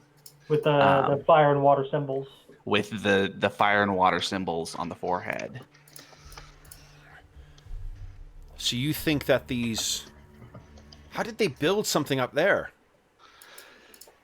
Our theory is that they have been scavenging from the farms that have been overrun by the mire in order to build some sort of structure. We didn't get a great look at it because there were goblins shooting at us the whole time, but they have a sort of rope bridge over a chasm and some kind of makeshift fort. And don't forget that the hedges where they lived at, it looks like it was cultivated specifically for getting there. Like, you had to get through it. Yeah. So I'm guessing magic as well. Well, we saw the one use magic. Well, yeah, that's specifically, and that's why. And mentioned, we know that there's at least one magic user among the goblins, and we suspect there are a number more. And we took down how many? 20 plus? We killed definitely more than 20. I think we killed more than 30 between goblins and goblin dogs. Yeah, the What first about encounter, 20 29 goblins? things we killed. So 20 goblins and 10 dogs or so? Something Dogs? like that. The goblins Goblin are dogs, stealing they the look- dogs? No, the feral dogs are separate from the goblins. The goblins have these like rat creature things that we call goblin dogs. nasty, vicious things. Carry disease. Vile. So you think these things, that they flooded the mire, and then... Well, their encampment was right on basically the source of the Cutter Brook, so we believe that whatever magic is operating out of there is using the water of the Cutter Brook to spread out the mire into your farmlands. Then either a diviner I paid in Threshold, Was a charlatan. well, he told me that the magic was responsible, but that it was not evil magic. He was either only half right, or there's more to this than I know. Well, we magic is haven't- just a tool. We had 2 assaults on the Goblin stronghold, and neither time we're able to take it. So the whatever is operating there is still out there, which is part of why we don't have as much information about what the goblins actually have in their fortress. Did you see how many in the fortress, or how many it might conceal? I don't think Bergour did, but he might look around to see if any of the archers maybe took a look while they We were. never got close enough to get a full view of the structure behind it, but it was fairly large. Well. So goblins. Magic goblins. Which goblins? Magic goblins. Magic goblins. That will not do at all. How many of your number fell? I see you are down some. 3 of our companions are So they're resting in the tavern, drinking at the Baron.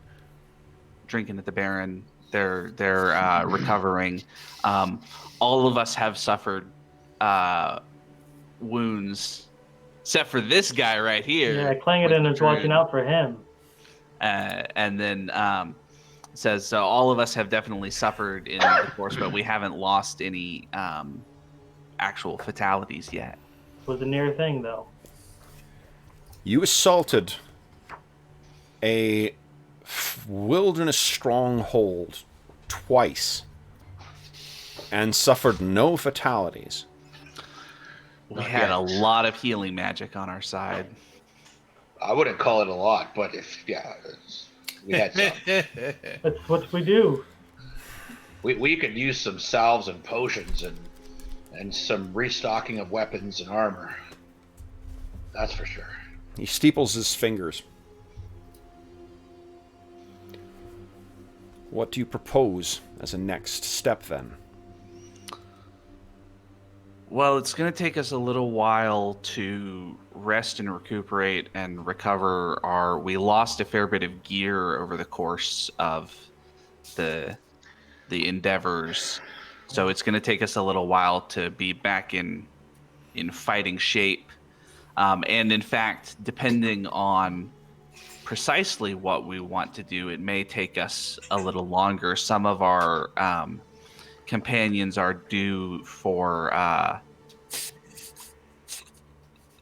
Upgrading some skills. upgrading some training in R&R and long-term recovery instead of short-term. We could. We'd like to go back to Heathertop and clear it out, but we're not ready to do that soon. Yeah, we could say that some of our skills are woefully inadequate, and we need to hone them before we go back. Then when? Woefully. How long does it actually take to train? Like Speak for yourself. It actually takes a while. It's like a month, Yeah. minimum, because it's your. I was looking at the time here. It's 100 GP per week, which is pretty high. Can we even afford that at this level? Oh, I don't think anybody could afford that if it's I a got month. 100. I got 120 gold. 100 but- GP per level per week is not uncommon, it says. And the That's probably if time, you're somewhere big. take the instructor's wisdom and subtract this from 19. This is the minimum number of weeks the player must spend in training. Well, we can't afford to level up. Well, what I think, here's one thing. Maybe he I has would some suggest trainers. there's just two things I'm going to do. For one, I'm going to say 1 week per level. Because That makes more sense. yeah, like It you're going gets to get to harder a as it certain goes. point where it's going to get month and Well, whatever and else. Are all the NPCs statted out with wisdoms and shit like that? Well, I mean, I'm assuming like 10 is the average, right? So certain yeah, things. so- It definitely favors clerics over anybody else Yep. for that. The 10 GP per level per week is, I think, or 100 GP per level per week, I think is completely reasonable. You're losing time in addition to whatever else you're losing. But remember, like the reason I want you guys to, one of the reasons I want you guys to go, Carl wants you to do it because he wants you to chew up time and make this feel like a believable length of time. I want you to do it because there are ways beyond just paying them. You may be able to do favors for these NPCs in order to, and there may be different trainers who will want different things as well. Yeah. Well, and perhaps even the Lord here knows of some NPCs or has some in his employ that if he wants this cleaned out, maybe he offers some training or... Well, there is. So, what is your proposal then? When you have an opportunity to recuperate and to refresh, the season is such that I hear that many are taking their arms up to what's the name of the town here? Hold on. Not to the Great Rock Dale. Well, to the Great Rock Dale, The but mercenary group was going. yes, but heading out from Eastdale. Yeah. Eastdale is more lucrative for mercenaries. Is that your intention as well too? Take your weapons and head north, or do you intend to see this task through to completion? We intend to see it through to completion. It may take some time for us to find suitable instruction to hone our skills. If you know anyone who is a particularly capable fighters or wizards or of any kind of useful Wow. or scouts, that would be very helpful information for us and would allow us to return to the Heathertop sooner. So for scouts, here's what I'm going to do. For one, Hobbs, Maybe a cook. what you can do is if you spend 100 GP on herbs and incense and things like that, you will be able to spend a week burning all that stuff to contact that spirit that you saw. Okay. If you go into your elven trance and try and reach back, there's going to be a connection there.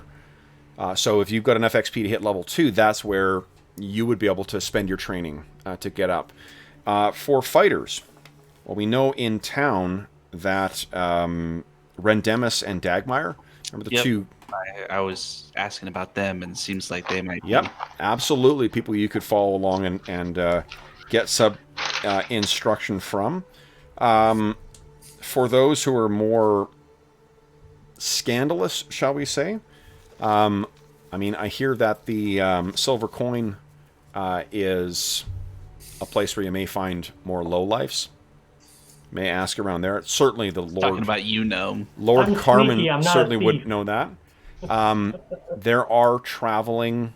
what do you call it? Traveling minstrels who certainly pass through, and someone took a week to travel back and forth to Thurmaster, or perhaps even back along to the west along the road.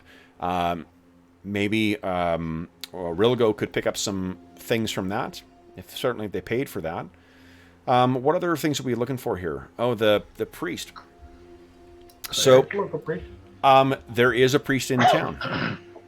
I mean, remember, he is not of your god, but I think that spending long times having, like, what you're effectively doing is imposing on his time and making tithes to his church, but that time being spent will be sufficient for you to be able to consider your connection with your god.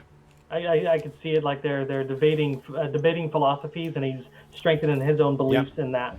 Well, it's like Testing your faith. the chat that what's his name, Conan and the thief have when they're talking about their gods. My gods of the sky and the wind. From and laughs at your puny god. Yeah. Oh, I gotta watch that again. Thanks, guys. Good morning. So does that cover everybody? I think. Knox, Thurmaster, the wizard there. Yep. If he. Tauster. Yeah, Tauster. My wizard level experience isn't high enough for that, so I don't gotta worry about it. Another option. Well, let's talk about. I've got another idea, but let's talk about it later. Okay. So does that cover everyone in terms of who your questions of who you might go to for training? Mm-hmm. Yeah. Okay. So what about healing supplies and stuff? Does he know of any places that create salves or poultices? So you could purchase if you speak to. Where is he here? Semhai, the priest of St. Cuthbert. Mm-hmm. Where is he? He's in the handouts as well, too. There he is, yes. Yep. One with the Morning Star. Yeah. He knows that's an easy way to make some cash for the church. So he has available, let's see here, healing potions that are, I think, 200. Holy cow. Yeah, they're but I mean, it's just you guys are first level, so you'll be rolling in cash in no time. 200 GP for a potion, and then deals may be available for buying in bulk. But is your intent then what Lord Carmen though is really interested in with your chit chat? With all of that aside, will you see this through then? Yes. We absolutely will. Druin gives him his new grin and says, "I love killing goblins." Yeah, he. In spite of your disfigurement, he does seem kind of appreciative of your enthusiasm to see this done. So what he says, you offered us 1,000 gold to the group if we could stop the problem. Does that still stand if we go back? It does. He did offer us some money to go investigate too, so. Yeah, that was 50 GP each for 2 weeks of searching. And so you did. And you did more than search. Put a dent in the problem, but not enough. Indeed. My family's worked these hills for generations. From the time that they laid their first shaft to the time that we ran multiple mines. We know that the only way to work stone is to have will like it. And you've shown that. Your willingness to go back again and again in spite of the injuries you suffered, that is no small thing. And my father taught me to recognize the value of hard work as well. We agreed on 50 gold for each of you. I will double that. 100 gold to each of you for your work thus far. Further, the Church of St. Cuthbert has enjoyed many benefits from the generosity of my family. These, and he gestures to your face with the magic at the priest's hands. You will see these resolved for you. I think Elanion needs it more than I do, but... Each of you. He seems to be talking about each of you. You will each. It's going to take a different day for each of you to get these things, but every single one of your mortal wounds will be dealt with. That is something I would like to learn somewhere. I want to mention to him about how every time we talked to the peasantry or the farmers about that we were on a mission from him, that made a big impact, and that they really appreciate. The people clearly have a new confidence in his leadership because of the mission. That seems to please. He's like you can see, he's a pretty sour, sour apple. That actually brings a little bit of. I'm not certain it's a place for a serf to tell a lord how they feel. They should be grateful for the work that was given, but I suppose my family's arrangement was to provide them land to work, and without the opportunity to work that land. Yes. Thank you. It's good that they will know that this matter will be dealt with. Bring me proof. Proof that this was goblin magic, an evil magic. Resolve it, and I will pay the 1,000 on top of what we have paid for your work for me thus far. And if you can prove that this was evil magic, that the diviner provided false information, another 500. Then, I appreciate the timeliness with which you brought me this news as well. I have other matters to deal with, but for you, you have matters to attend to. And he looks at you, Dorman. That wound does not look like it will treat itself. Then, thank you all. He doesn't even get up to see you out. He still remains standing, kind of gestures. The servant opens the door with kind of a creak. What do you guys do? Druin tosses back the rest of his drink. Yeah. The dwarves both toss back their drinks because they're like, hey, I'm not leaving half a drink behind. Exactly. So everyone finishes... Dorman's like... with a hole in his cheek. Love it. Then I'm going to silver coin. Hell yeah. This is why my number one son is and remains my number one son. He sends me... We have a joke I keep making to him where I'll stop him and be like, do you hear that? Can you hear that? Sounds like ice cream calling our name. And then we'll go and get ice cream or whatever else. He sent me like 3 texts of like, did you hear that? Dad, did you hear that? Sounds like 2-for-1 pizza on the way to a hungry post-epic gaming session dad. So my boys, bring me some pizza. That's a good kid. Hell yeah. Yeah, that's worth some free healing. I mean, sorry. Okay, so... Thanks, Jaden. Keep your dad happy.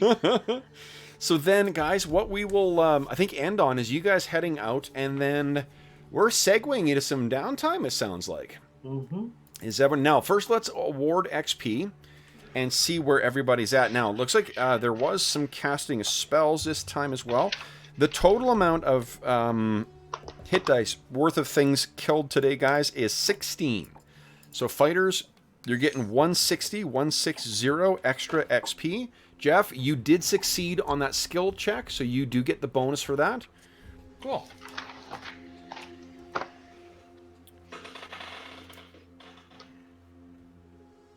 Let me quickly calculate what the rest of the XP is here. Those of you who are thieves as well, too, you can count that payment towards your treasure haul. So you'll get 200 XP from that as well. Doesn't most people get like 100 XP from that? What's that? But that's that's group stuff. I'm on my end. Okay. Yeah. Don't worry about that. Cool. It's only the class XP you guys need to worry about. Dorman. 6. Dorman casts a spell. You cast armor, right? Yes. Yep. So did Elanion as well. So. Nice. Okay. I cast 3 spells in combat and 2 not. Is there how much Astonishing Fortune is there left? There's a couple points There's left. 3. 3 points, nice. Guys, you're getting a decent haul tonight. And moving the story forward. Yeah. Oh, and I love I rolled a random encounter for spiders early on, but I rolled their random what do you call it? Their thing, whatever, and it was indifferent. So they kind of like sniffed around your camp and whatnot, and then just because you were looking around, Elanion, you found their tracks, but they weren't really interested in it. And then when I rolled the next random encounter, it was fucking spiders again. So I was like, oh, they must be following you now. You know, it's one of the ways I love this kind of emergent story. Because it gives me an excuse for why I'm killing you guys. Why the spiders just don't go away? Yeah, exactly. Leave these damn things alone. Egg servers.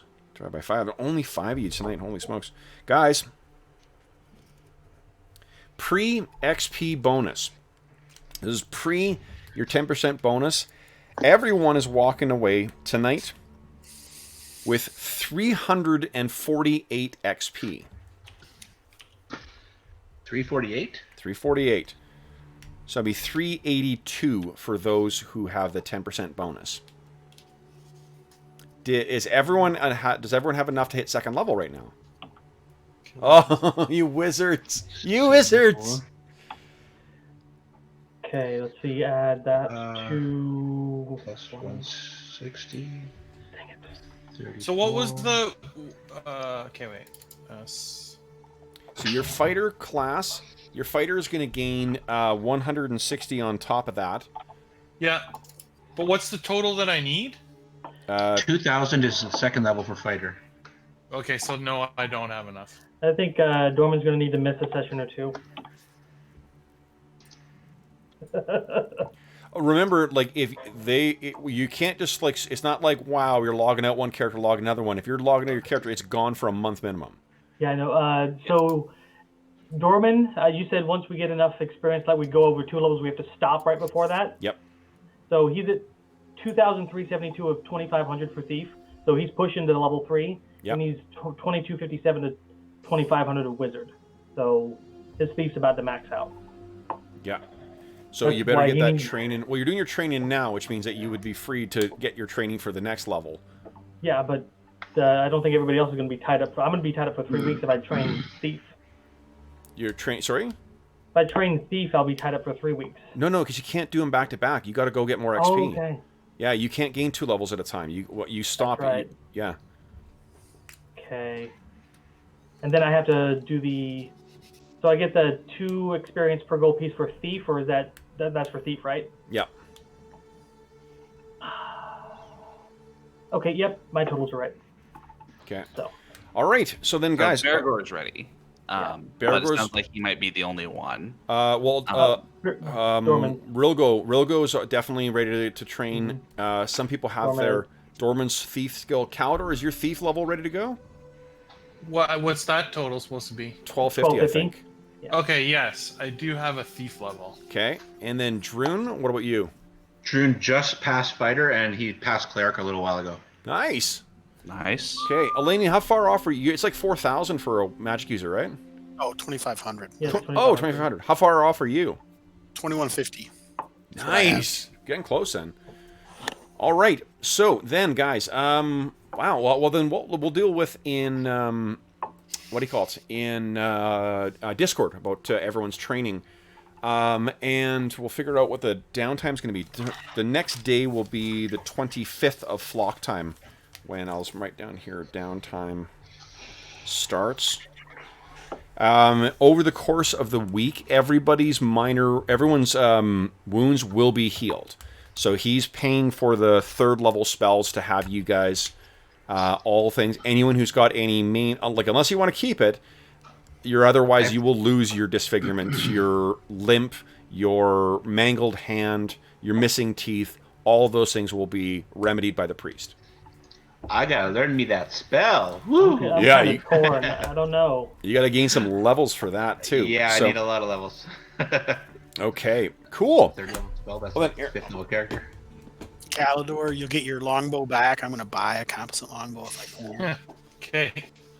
Oh, we Oh all yeah, lose I'm gonna 100 gold. time to pieces get some for hand sure, axes. so. Do you want us to talk about all that, or can we just do it? Oh, no, you nice. guys... If you... weaponry you can buy from the two guardsmen, or from the... what do you call it? From the... Not the guardsman, the smith. You can buy that stuff from there. You can buy anything else from the general store. From, I think it's Tauster? Who's... No, Tauster's the mage. Kuiper... No. What's his name? Rastifer. Rastifer, yeah. Druin Bergour is going to say, thanks for letting me borrow this and hand you your axe back, because he's going to buy his own. Nice. Cool. Well, yeah, I'm looking forward to seeing what you guys will do, and we'll let everyone else know that they've got the... I don't think that Chael is ready to level up either yet. I know Rilgo is. So, and then I guess Caldor and... and then Bergour. Do you have enough money to train both, Dorman? I do have enough to train both, but I didn't level up them both. Caldor did. Oh, you only got one. Druin, you got enough money to pay for both? I don't know. I'll have to take a look. Okay. I might have to choose. 200. You know what I'll do here? I'm going to. Druin does offer though that if you're carrying a goblin weapon, that he's going to do a weapon breaking ceremony, which is something that the priests of Clangeddin do often after battle, and he's going to take all the goblin's short swords that he has, and he's going to put some of his own blood on them and then smash them. Nice. So bleed and smash the weapons in the traditional Clangeddin fashion. Outstanding. What purpose does that serve? Dorman would like to know. Sends those weapons to the netherworld to be, I don't know, Defiled. broken weapons at the feet of Clangeddin, so he can see that we've conquered his enemies. Nice. Oh, well, in that case, I'll participate. I can always use some, Clangeddin on my side. Yes. So Definitely. Finding him some converting, old-time religion. Still not converting. Nope. Great. Cool. All right, so I just put in chat there so we remember that Rogo, Knox, and Chael each get plus 100 GP as well. They won't gain the XP from that. Cool. Well, guys, I'm very interested to see what you guys are planning for Wednesday, because this will be pretty interesting. You guys have got yourself back to town. You're going to heal up, so you can go ahead and put your health back up to max as well, because you will certainly have time to go through that. And then decide. I think that your time, those of you who are training, that's what is going to monopolize your time. Who's going to have enough to train and gain a level? I think it's Bergour for sure. Yes, for sure. So here's do you want to roll different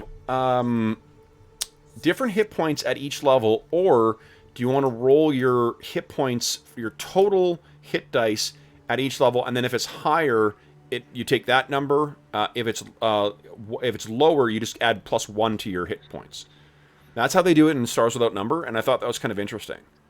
Say that again. So what we'll either do is you roll your hit dice. So say you hit second level, you roll. Those of you who are fighters, you can roll 2d10.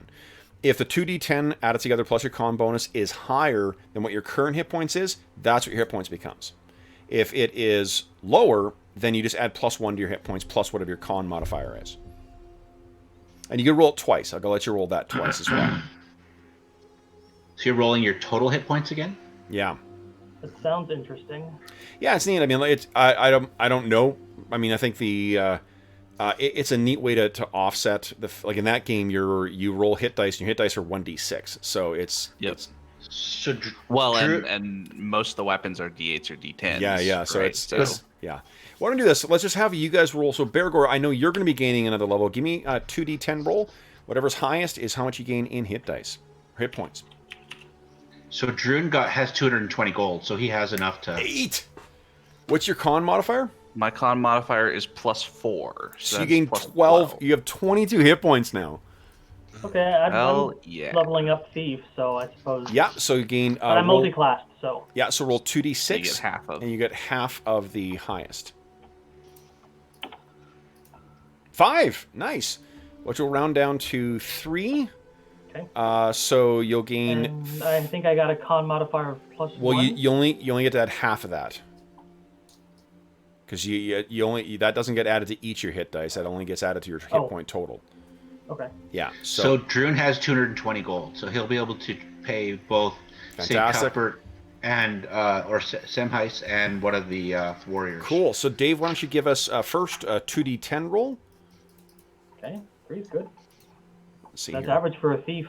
We'll finish up right after this. These are rolls too, guys. I feel like I could take a hit now. Ooh, 5. 5 is your better one. Okay, and then give us a 2d8 roll. Come on. Better. 7, not bad. That's 12, so your average is a 6. So 6... 6 plus 2 con. Plus 2 con bonus? Yep. 6 plus 2, so 8. So your 18 is your max hit points now. Not bad. Dorman's up to an 8. Not bad at all. Caldor, you gained a level in Thief, right? So does the plus 1 from con add to each level, or just once? No, only to your total. Your combined character level. Okay. So if you have 3 classes, it's being split up by 3. Yeah. Or you wait until you get all 3 classes leveled up to get the bonus. Caldor, give us a 1d6 roll. Or sorry, 2d6 roll.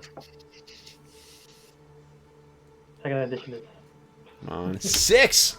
So 3 hit points. Do you have a con modifier? What? I gotta. Oh, it's the better of 2? Better of the 2, yeah. My constitution is 12. Is 12. Is there? I don't think there's a hit point bonus from that. No. Okay, so you gain 3 hit points. You're at 8 hit points now. Cool. And then when you gain a fighter level, you will gain another some points from that. Cool. Do you actually gain those hit points, or do you have to heal and rest? And you will have a whole. You'll be training for at least a week, so you're going to gain enough hit points back to gain that. I'm assuming in the time that you're going to be relaxing. Chael also can bump your healing rate to like 3 per day. Jeez, so pretty cool.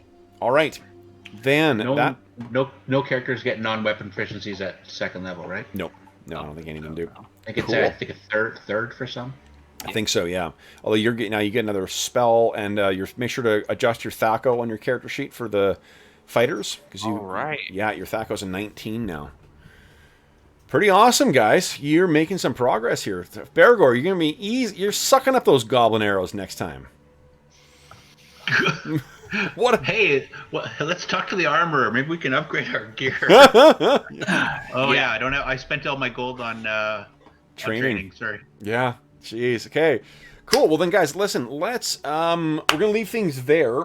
So for those listening at home, thank you so much for joining us for session 14 of our Night Below campaign. Congrats to the players who've hit 2nd level and some of their characters.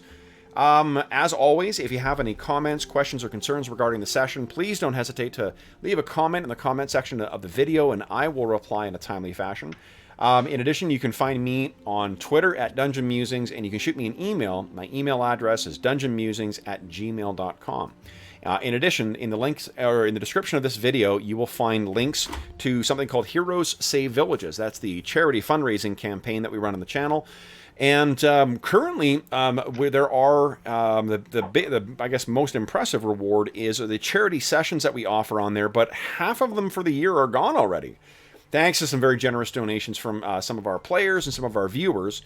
So if you follow through that link, you'll see what some of the rewards are for making donations, and all donations go to help out the SOS Children's Villages International Charity, a charity active in over 130 countries that provides stable, supportive living environments for over 80,000 orphaned and abandoned children from around the world. It is a terrific organization, and all donations go directly to them. None of it goes to the channel, none of it goes to the middleman.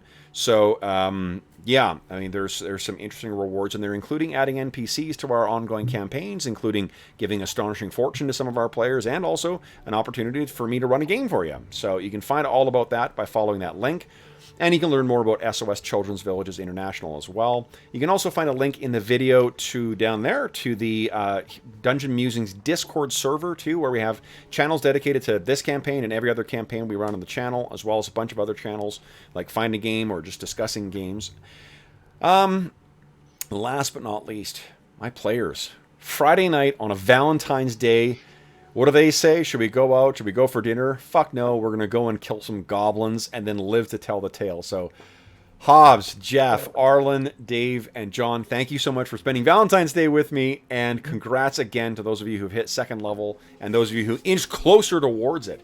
God, Bergour, you feel like a totally new character now. Yep. I might have been able to march my way up to those goblins with 22 hit points. Oh, yes. So cool. Then we will talk more about on Discord, guys, about the plans for between now and like what happens in that interim. But until next time, for those listening at home, once again, thank you so much for joining us for session 14 of this campaign. Hope you enjoyed, and until we see you again, happy gaming.